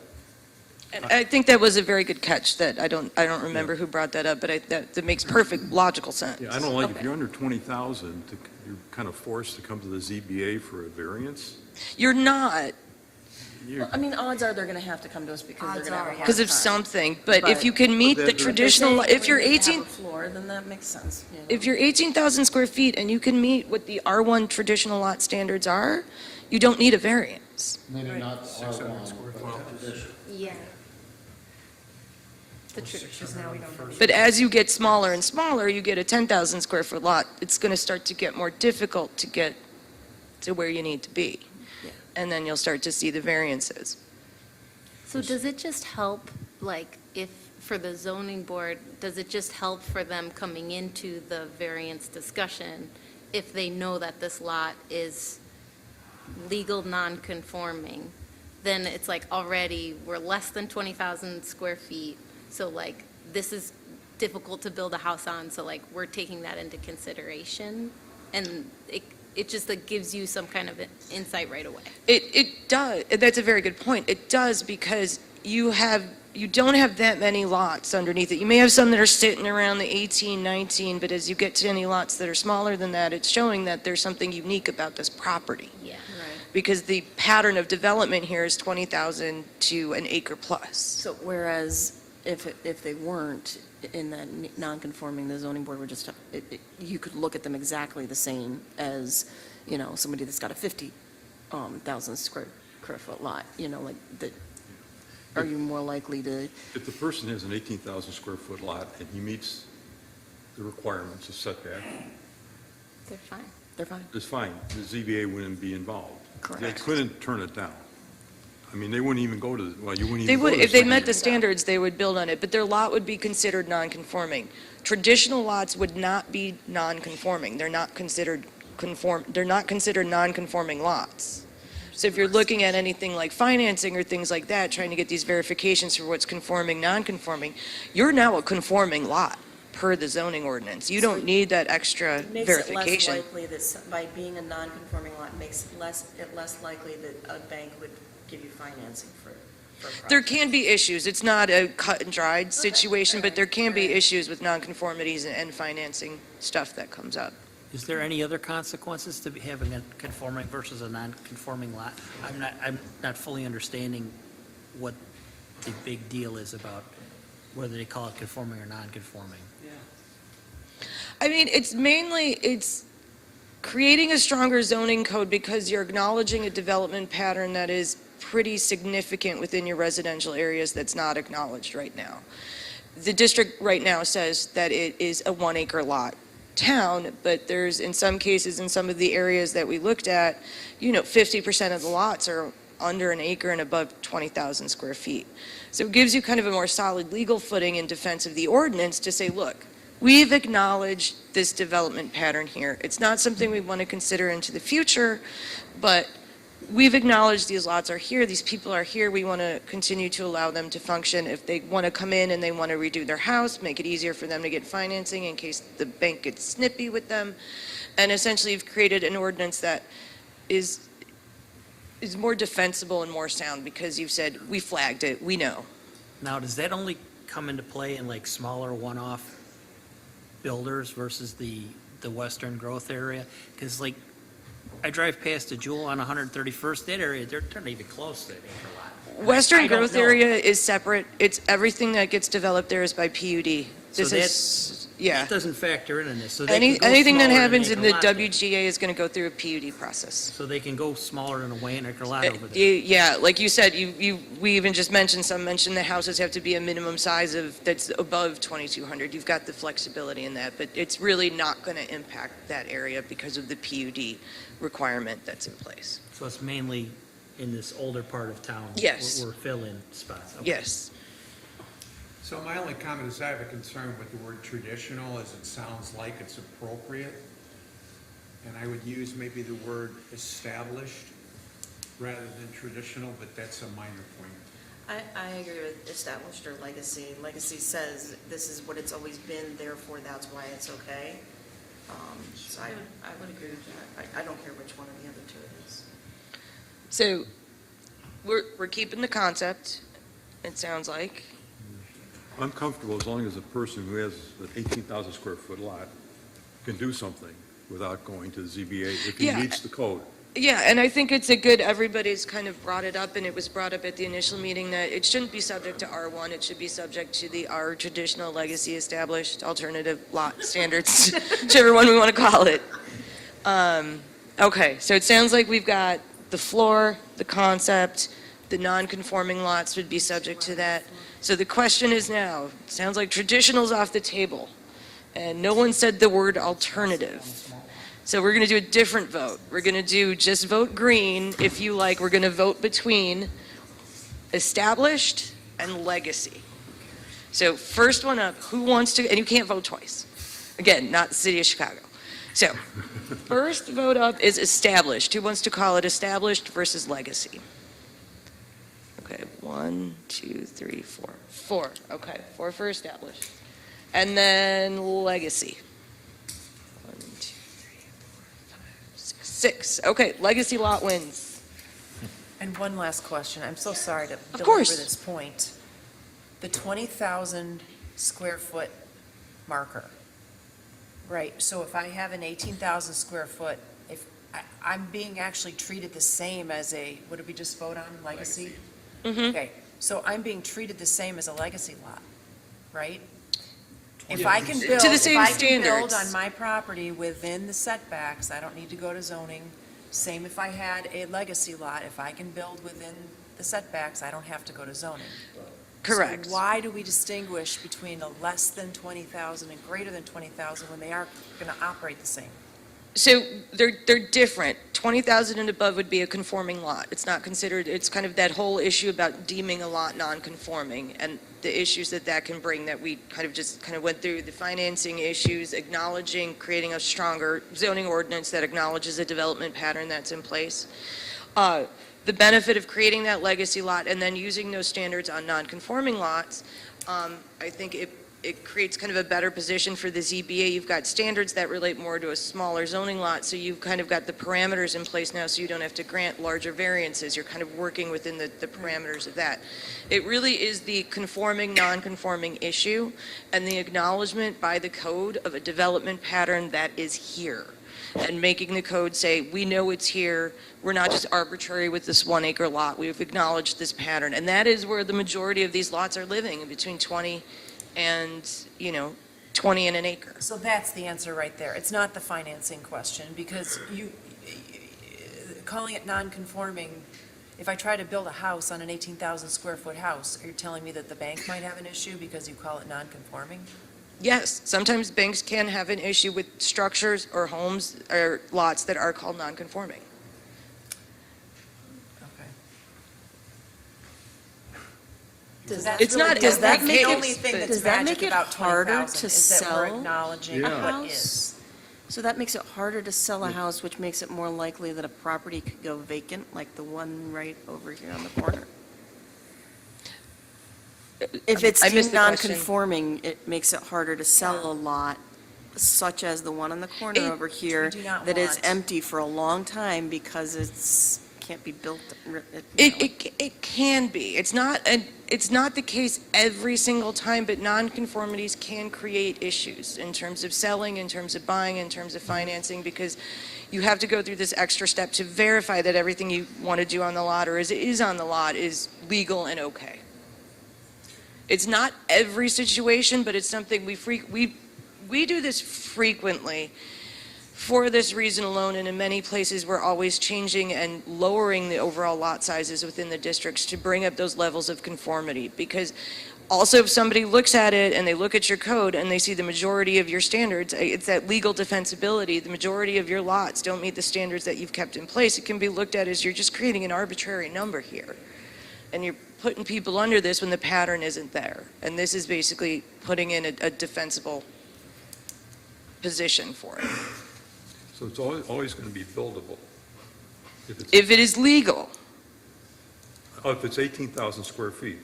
Yes. It's legal. Yeah. If it's legal. If it's a legal lot of record, yes. Because there's some weird stuff that you And have. you meet the setbacks. Hmm? And you meet the setbacks if you tear the house down. But Yeah, you you don't have to, as we said, to you meet don't this, have a size restriction, which was the difference before. So Right. they could build a 500 square foot house. If they meet, well, We already took that out. They could build Yeah. a 500 square foot house Yeah. on that 18,000 square foot lot because we took away The minimum. the minimum. But we already, Unless we. Relevant vote to- on it again. yeah. regular lot, conforming lot, non-conforming lot, we created a break between 1,000 and, between an acre above or below. That's irrelevant to where it is. It's basically, that standard only applies when your lot is 1 acre or more in size. Yeah, that's more relevant between the R1 and the legacy lot.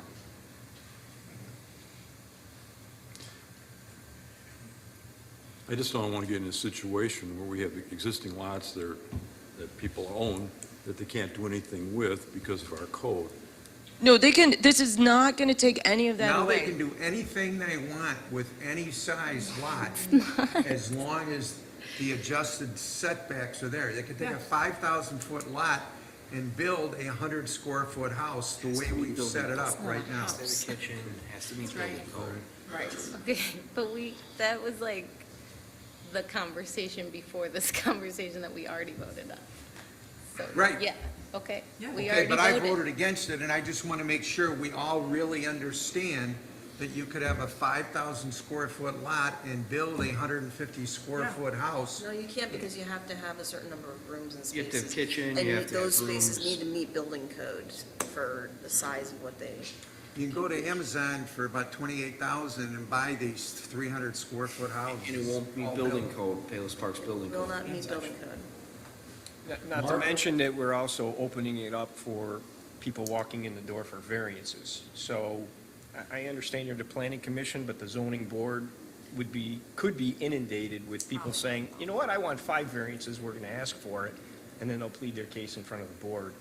And unless there's a hardship, we won't grant the variance.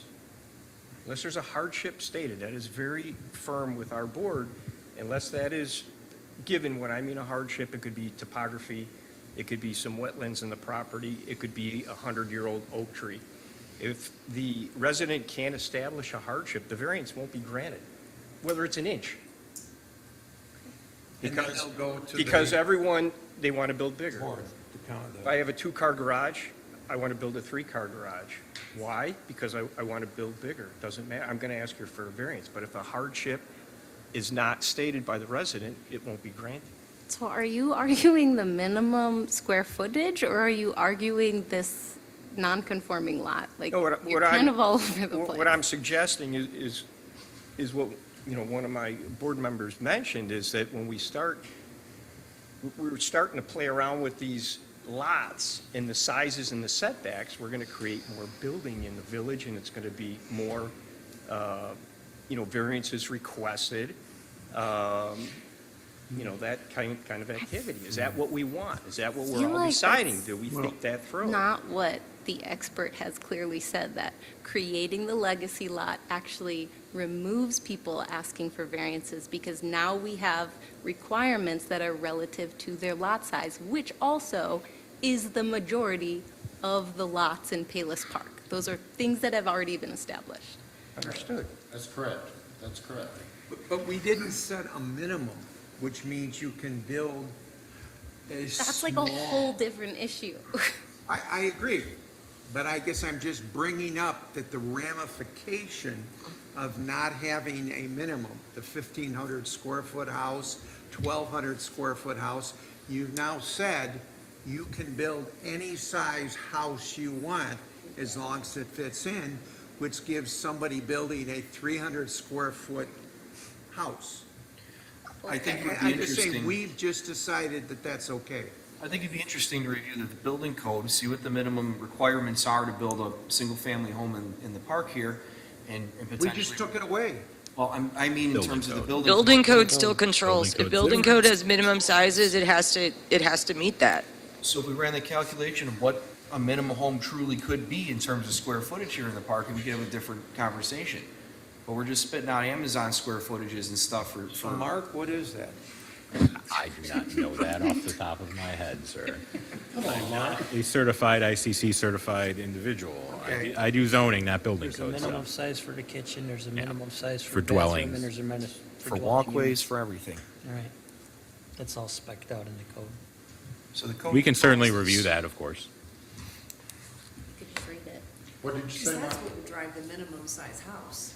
International Building Code, Yes. Not us. no. It's the building code. If there's a minimum size kitchen, a minimum number of bedrooms, a minimum size for a bedroom, a minimum number of And it's gonna bathrooms, get kicked out if it's that under is that gonna drive the immediately. minimum size house. And that kind of points to all the evidence that both of these experts is- said that there has never been code that they have seen with a minimum And square all of footage. that has to meet accessibility code, which is, Yeah. provides, So you know, does our for someone in a consultant wheelchair know to what be able those to numbers navigate are? in, within these as well. I don't, building codes is not my area of expertise, I'm a zoning person. The building code, whatever's in there controls over what zoning is.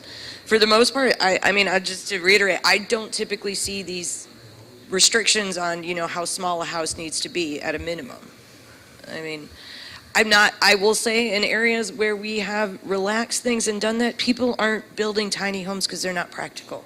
If they're building a tiny home in a residential district, it has to meet building code, and all of a sudden, that becomes way more expensive than the idea of pulling in a trailer, because the stuff in the house needs to go somewhere, and you can't just put it in a bucket. And so that's why it gets really important that it To that all be point- building code. To that point, an accessory building, although we may not be using that term, but things like detached garages and sheds can't be bigger than the house, right? So to that point about storing material, you have a 500 square foot house, you can't put a 600 square foot detached garage to put all your stuff in, so. If the building code has a minimum in it, then we need to get rid of our minimums, because we can't be in conflict, right? The You're building not code- in conflict. We could have a higher standard, There's a- but Yeah, it's you good can to have get a that higher information for you standard. guys. Yeah. I'm saying going below it, though, when We're you've going, eliminated that we're pulling standard. it up, we're not pulling it down with the 2,200, you're pulling it up. Yeah, right, I know. Um, But if we're what- saying we're- zero on the legacy lots, we're saying there is no minimum. The building We're code saying the must have minimum a is minimum, the so building We may as well code. make it match. We should make it match, or we should be silent. Well, you shouldn't, because the building code changes with amendments frequently. And that is out of the control of kind of all of us here in this room. That's done by the ICC guys, all this building code stuff. So that number may change. And that's the minimum they're going to have to meet regardless. If that number changes overnight and gets adopted, that's the number they're going to have to meet then. Building code is building code. And maybe we should, in our code, reference the building code section where the minimum is cited. There's not a number for a size of a Design, house in the building Right. code. There are standards for building that you have to meet, and the way you configure your house will determine how much hallway you have to, or what, like, the way you configure your house will determine what size it ends up being based on the hallway widths you need, based on the clearance you need in front of a stove and in front of a sink in order to, there's a minimum size for bathrooms and whatnot for current building code, for what you need to be able to meet the spaces required around things. So it's set that way, it's not and at some point, you can't get smaller because you just Right. can't meet those things. Right. But it's not a specific number we can reference. We already require them we incorporate the building codes into our. Yeah, the into village our has ordinances. adopted building codes. In Right. fact, we're updating to the 2020, which will go into effect on June 1, international residential code. So the zoning could have theoretically a higher dwelling size, a standard or none, but the building code will apply regardless. So I just did a chat GPT, and one inhabitable room of 120 feet, and two inhabitable rooms of 70 feet, Square feet. excluding kitchen and bathrooms. In Evanston, you can build a home as small as 500 feet, Livingston County, 672, and various counties allow homes as small as 320 feet. If it complies with the building code, which I guarantee. In those And areas. there's also, we require certain spaces that not every village ordinance is going to require, that for, right, we have certain spaces that have to be within the home that you build here, so. So it's good that we just took away the minimum on the legacy lot. It makes sense. It's fine, I think it's fine. Okay. Okay, last slide, and Mark, I'm gonna lean on you a little bit for Sorry, I this. have a question, not to be difficult, but that has occurred to me. You've said that there's Nobody no, is being difficult in this meeting. sorry, that there's no new traditional lots allowed. But say I live on this is a hypothetical. Say I live on a 3,500 square foot lot, and there's an open, like there's a lot that nobody's built on next to me. I decide to buy that, and that's a half an acre. So now I have, I'm still, He's still under. if I'm You're saying if I'm reducing the under- degree- Sorry. If I'm a third, if I have a third of an acre and I buy a half an acre, and these are under an acre, and they're two former traditional lots that I now combine, do I now have to comply with the 1 acre? Can I do that? Because I think we So would you're want talking that about- to become one traditional lot. So you're talking about combining existing non-conforming lots? No, That- existing traditional lots. Legacy. So like a third Additional of an tra- acre no, I Half guess and those half. are under 20,000 square feet. If you're doing that, you're decreasing, you're going into R1 because you've exceeded the district All maximum. right. So I was thinking that basically, you could combine a couple of traditional But yeah, no, that's a good legacy line of lots and still be questioning. under an acre, but maybe not. I like Maybe your not. questioning. So if you have 2 half-acre lots that are, contiguous, and you Right. buy them both, can you merge them into one? we have standards regarding, or we should have standards regarding that condition, that if you have a contiguous lots of records that are cumulatively, so it's called contiguous lots of records, I own both of them. If they're less than that, then they are considered, then it's still a traditional lot. So if it's, Okay. I own a 20,000 and a 10,000. Okay, and yeah, so that's where I was going with it, yeah. It's 30,000 square feet, I own both of them, I'm considered a traditional lot. If I own 20,000 and 20,000, I am not a traditional lot. I own both Okay. those lots, I'm an R1 lot, Okay. point blank. And what happens if you have like 1.7, right? And then there happens to be the third next door to you, and you buy the 1/3, now I'm 2. Can I do that, and then can I subdivide? Well, yeah, then you're just, honestly, at that point, you would just be doing a consolidation. If you're bringing together all the different No. lots. What am I missing? Less than an acre. Right, if I had a That's not allowed. 1.7 acre lot today, and I buy the 0.3 that's contiguous to my lot. And it takes me to a 2 acre. Takes me to 2. I could subdivide that into 2 1-acre lots. Assuming you're not creating a nonconformity. Yes. Where you're drawing that line can't make your existing house nonconforming with setbacks or Okay. lot coverage, et cetera. Yeah, I just wanted to make sure, I think we would want, if someone has a half an acre and then they, have another, there's an adjacent lot that's a very small non-conforming, that they could, Yes. they could do that, but it still wouldn't make sense to be R1 when you have 3/4 of an acre. So, No, it'd be the legacy or standard. It'd Right. be, yeah, until I you just want hit to make that sure, acre. because when we said no new lots, if we combine something, I think we're- So I can't have an acre and a half and decide that I'm going to subdivide that into an Right. acre and a 20,000 square foot lot, and then all of a sudden I have a new one? No, you can't do that. Both Agreed. lots have to Cool. conform to the acre minimum. Yeah. Okay. Let's make things clear as mud. In talking to Mark, he pointed out that exists about lots that would be allowed to be buildable. And Mark, I do have to lean on you a little bit to help explain this one. These are existing provisions in the current code regarding existing lots, that are less than an acre where there is, So where they I'll- were previously built. I'll I'm jump going to in. let you take it And I because this is think- existing. this is just the language in the current code as referenced, and I think it's just easy to bring it over because it's what we have. But it's essentially addressing what we're talking about with the 1 acre size and it's buildable. It's basically just saying, if it's an existing developed lot that's less than an acre, so that means there's already a house on there. So it's saying you don't there's already a house there and you want to put an addition on your house, or say you want to demo it and build a new house, you don't need to get a variance for the lot size or width. That's what they're saying. And so then the second paragraph references demolition permit, right? So, and the language also references, and Ed alluded to this actually earlier, when the zoning came into play, so this goes back to 1952, or if the lot was created before it got annexed into the village. So essentially, the way the code reads now, if the lot was legally created by a subdivision plat prior to 1952, regardless of its size, you don't need a variance for lot size.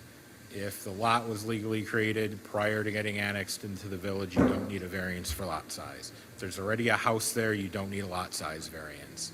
If there's a house there and a year ago or 5 years ago, we issued a demo permit and now you're looking to build the house, you don't need a variance for lot size.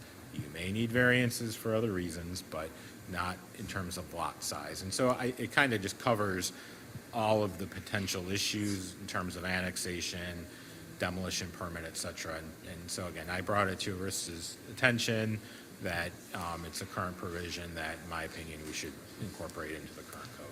So this is for Proposed code. spaces outside of, like you said, if we annex that they're. It would apply. So if we Alright. were to annex an area that has 30,000 square foot lots that are legal, now we annex it, those are buildable lots. And we would just basically align it and bring it in from the current code. I don't know if there's any issues.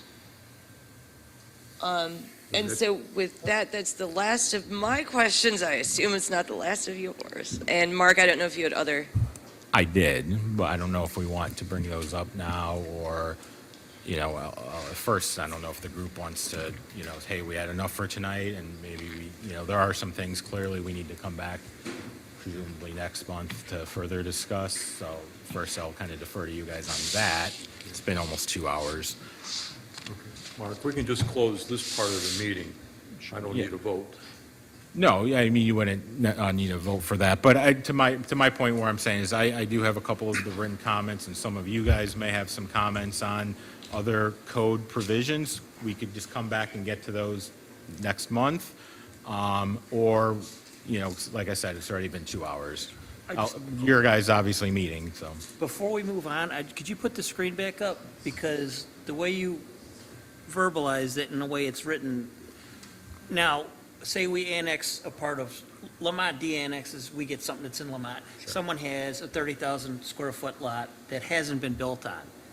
Is that still conforming? Because the way I'm reading that, it's not, because there's not a structure on it. I don't think this is the fully The fully complete language. It needs to be brought in with the clarifications that Mark talked about. It just didn't all fit on the slide. It's really to deal with what Mark said, and that's why I said there'll be a cleanup and alignment of the language to Mark's intent. Yes.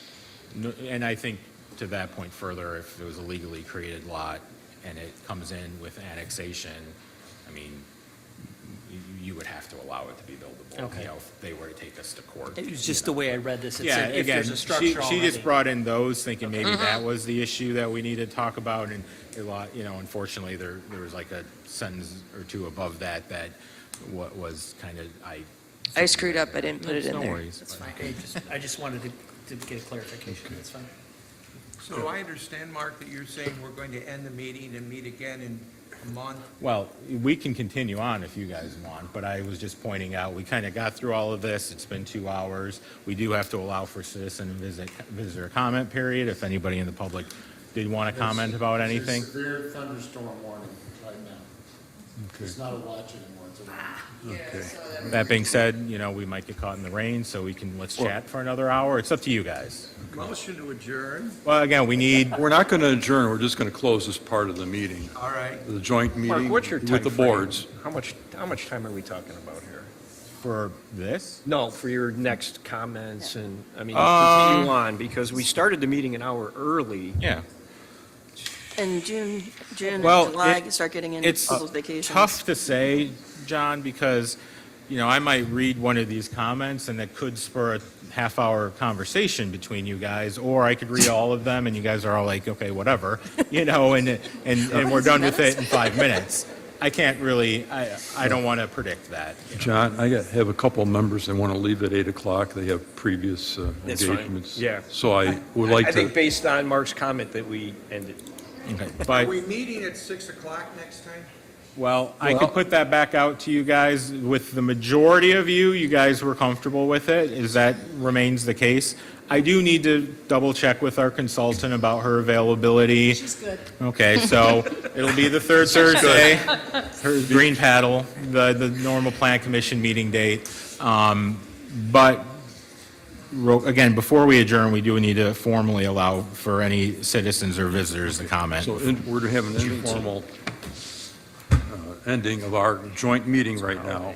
But, Do you have something else? no, again, we need to make No. sure we allow the citizens. And then we're going to have the citizens. Well, again, we're not adjourning the meeting. Right. That's part of the meeting. But the public review of the draft code update, that portion of the agenda. It's going to end right now. Sure. And if there's two before members we that need end to it- leave, they can leave now. I don't need to leave Before now. we You end it, don't? can I just ask a process question?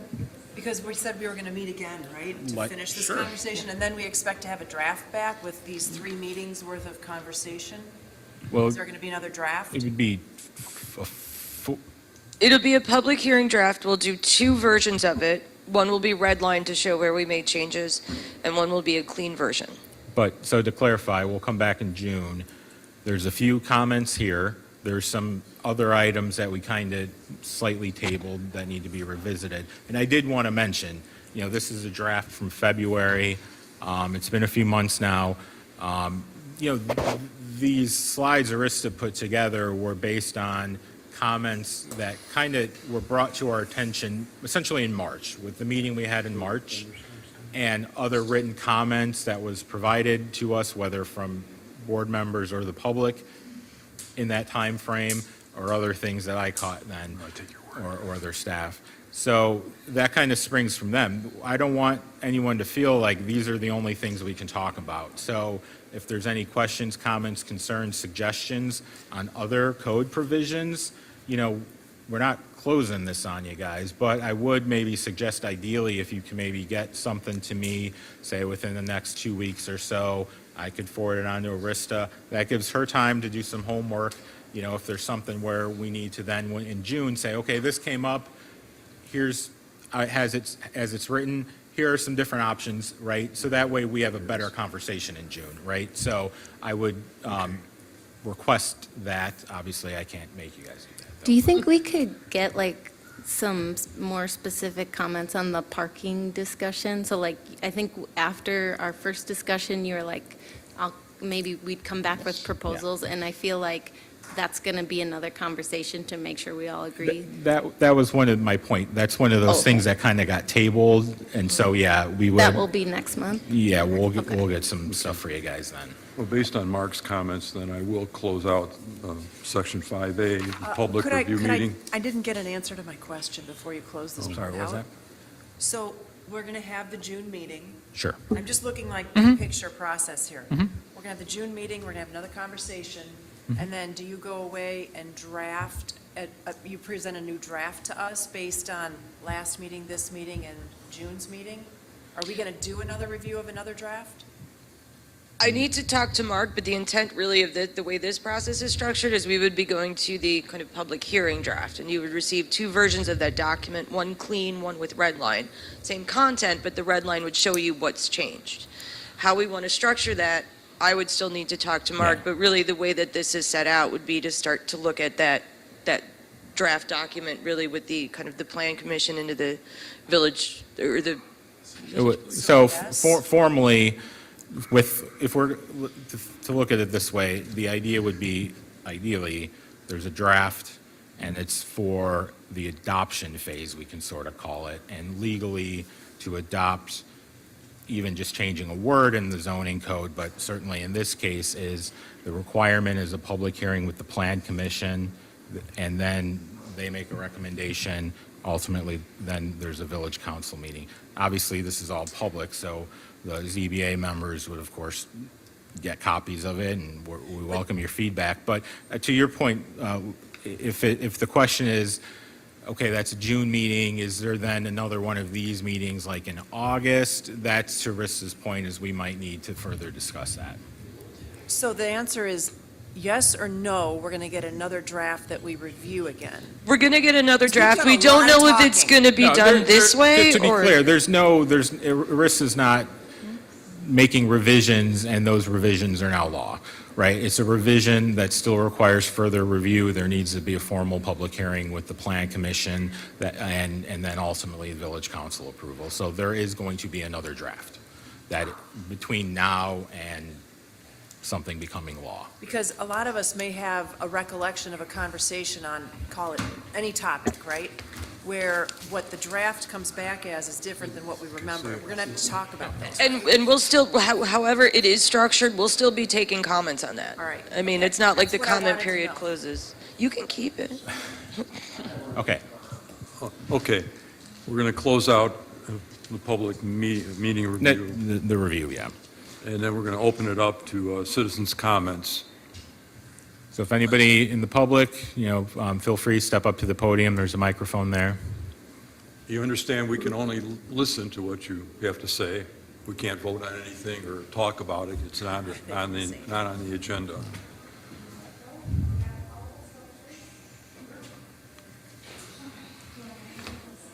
I just a comment about the situation with the trees. I don't know if Would you give us your name and address?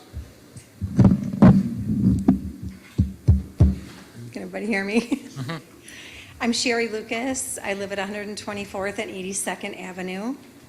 And I have a terrified dog at home of storms, a senior dog, so I need to make it quick. Thank you for the space. We have a neighbor that is cutting down, I believe, about 60 trees on the corner of 123rd and 82nd Avenue, which you may or may not be aware of. I've had the pleasure of speaking with Nicole, the mayor, regarding this situation. In the 2 years that we've lived here, my husband and I came from the city, and this place is beyond magical. And a big part of that is the trees, which I'm very passionate about. And in the short period of time that I've been here, which is, 2 years? Yeah, 2 years. We've seen, we've seen a lot of trees get cut down, and it's just degrading the integrity of this beautiful gem of a town. And we just wanted to express, I know my concern is shared with other neighbors, that we need to do something in terms of the code. I'm not here to police anybody, to tell you what you can and cannot do to your property, what you can and cannot do, but I think we need to have a code and some protections in place that will help preserve the beauty. There's no place like Palos Park anywhere.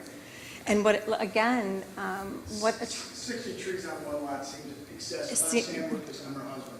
Thanks for taking over. Well, no, You could've it's brought a it's just a tissue. major concern, and I don't know the specifics of the code or not code, but, our general understanding is new individuals bought this property. They didn't get, because they weren't using Change permits, the they weren't getting permits. They So- weren't doing any external work. because they weren't doing exterior work, they didn't get permits, they could do whatever they want with their lot size.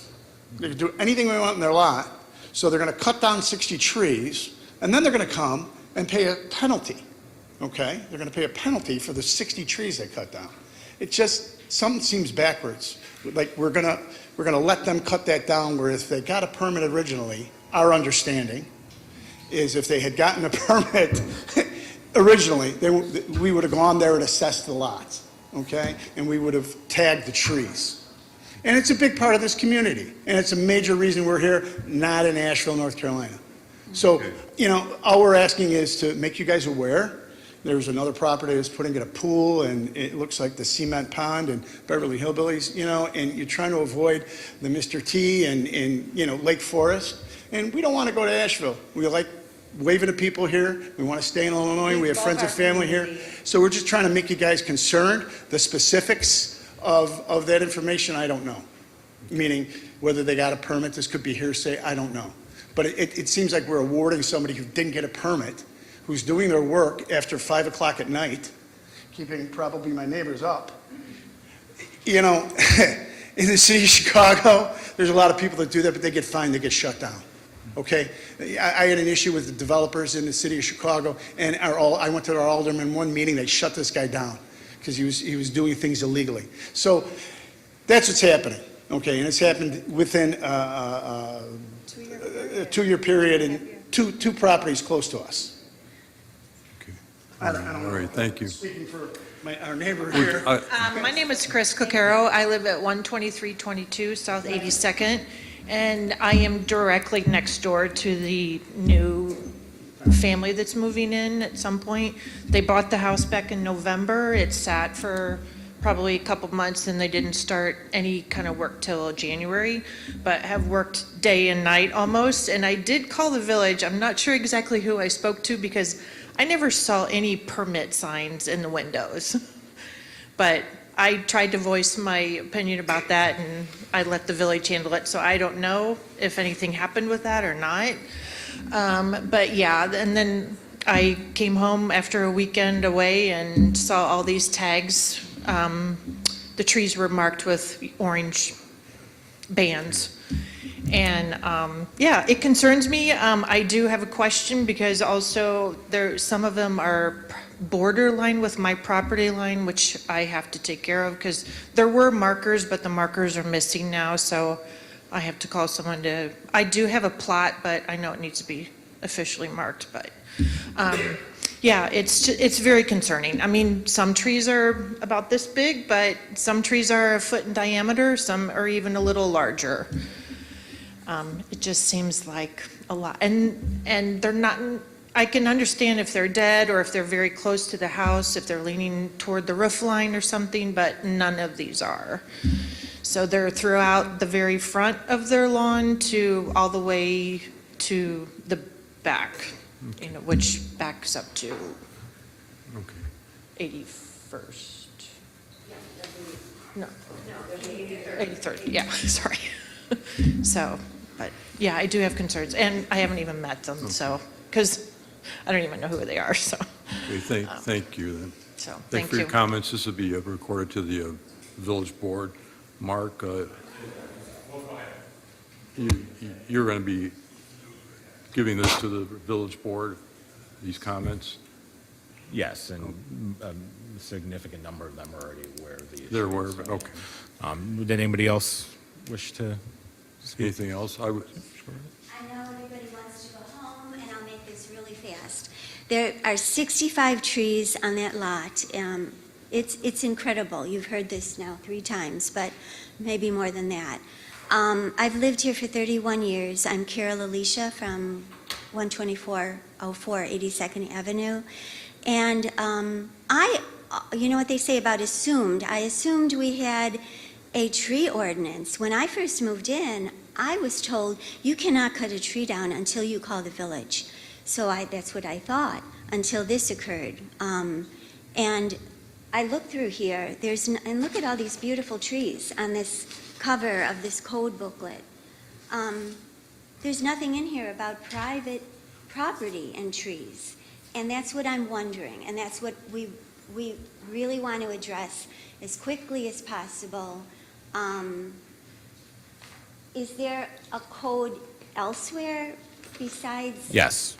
this? So the current tree regulations are a subsection of the building regulations, not the zoning regulations.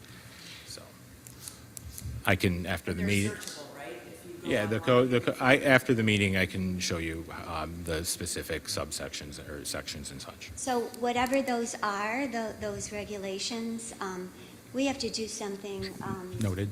Denise explored another village and what they're doing regarding their tree policy. And I read it, and it's just, you know, why we recreate the wheel? We would have to change some aspects of it, but for the most part, I think there was a lot of good in that code that we could possibly adopt in Palos Park. Thank you. Thank you. Thank you. All right, if there's nobody else, Denise? No, okay. Then will it be a motion from somebody to join the meeting? To adjourn? Adjourn. All in favor? Aye. Against? The ayes have it, we're adjourned. Thank you, guys. Carol? So,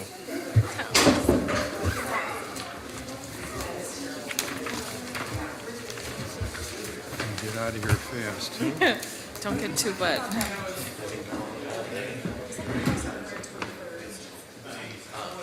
I'll send you a link.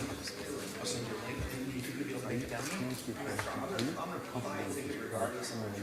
So if you buy it, you don't make it, the barrels get delivered to my house, so I can bring the bottle to you. I'm gonna buy it. Sounds good. Thanks, Joe. Yeah. Oh. Yeah, no, I went to Milwaukee today. I went to Milwaukee today.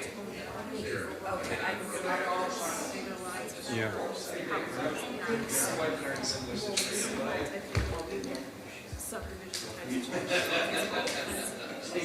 Sounds good. Yes.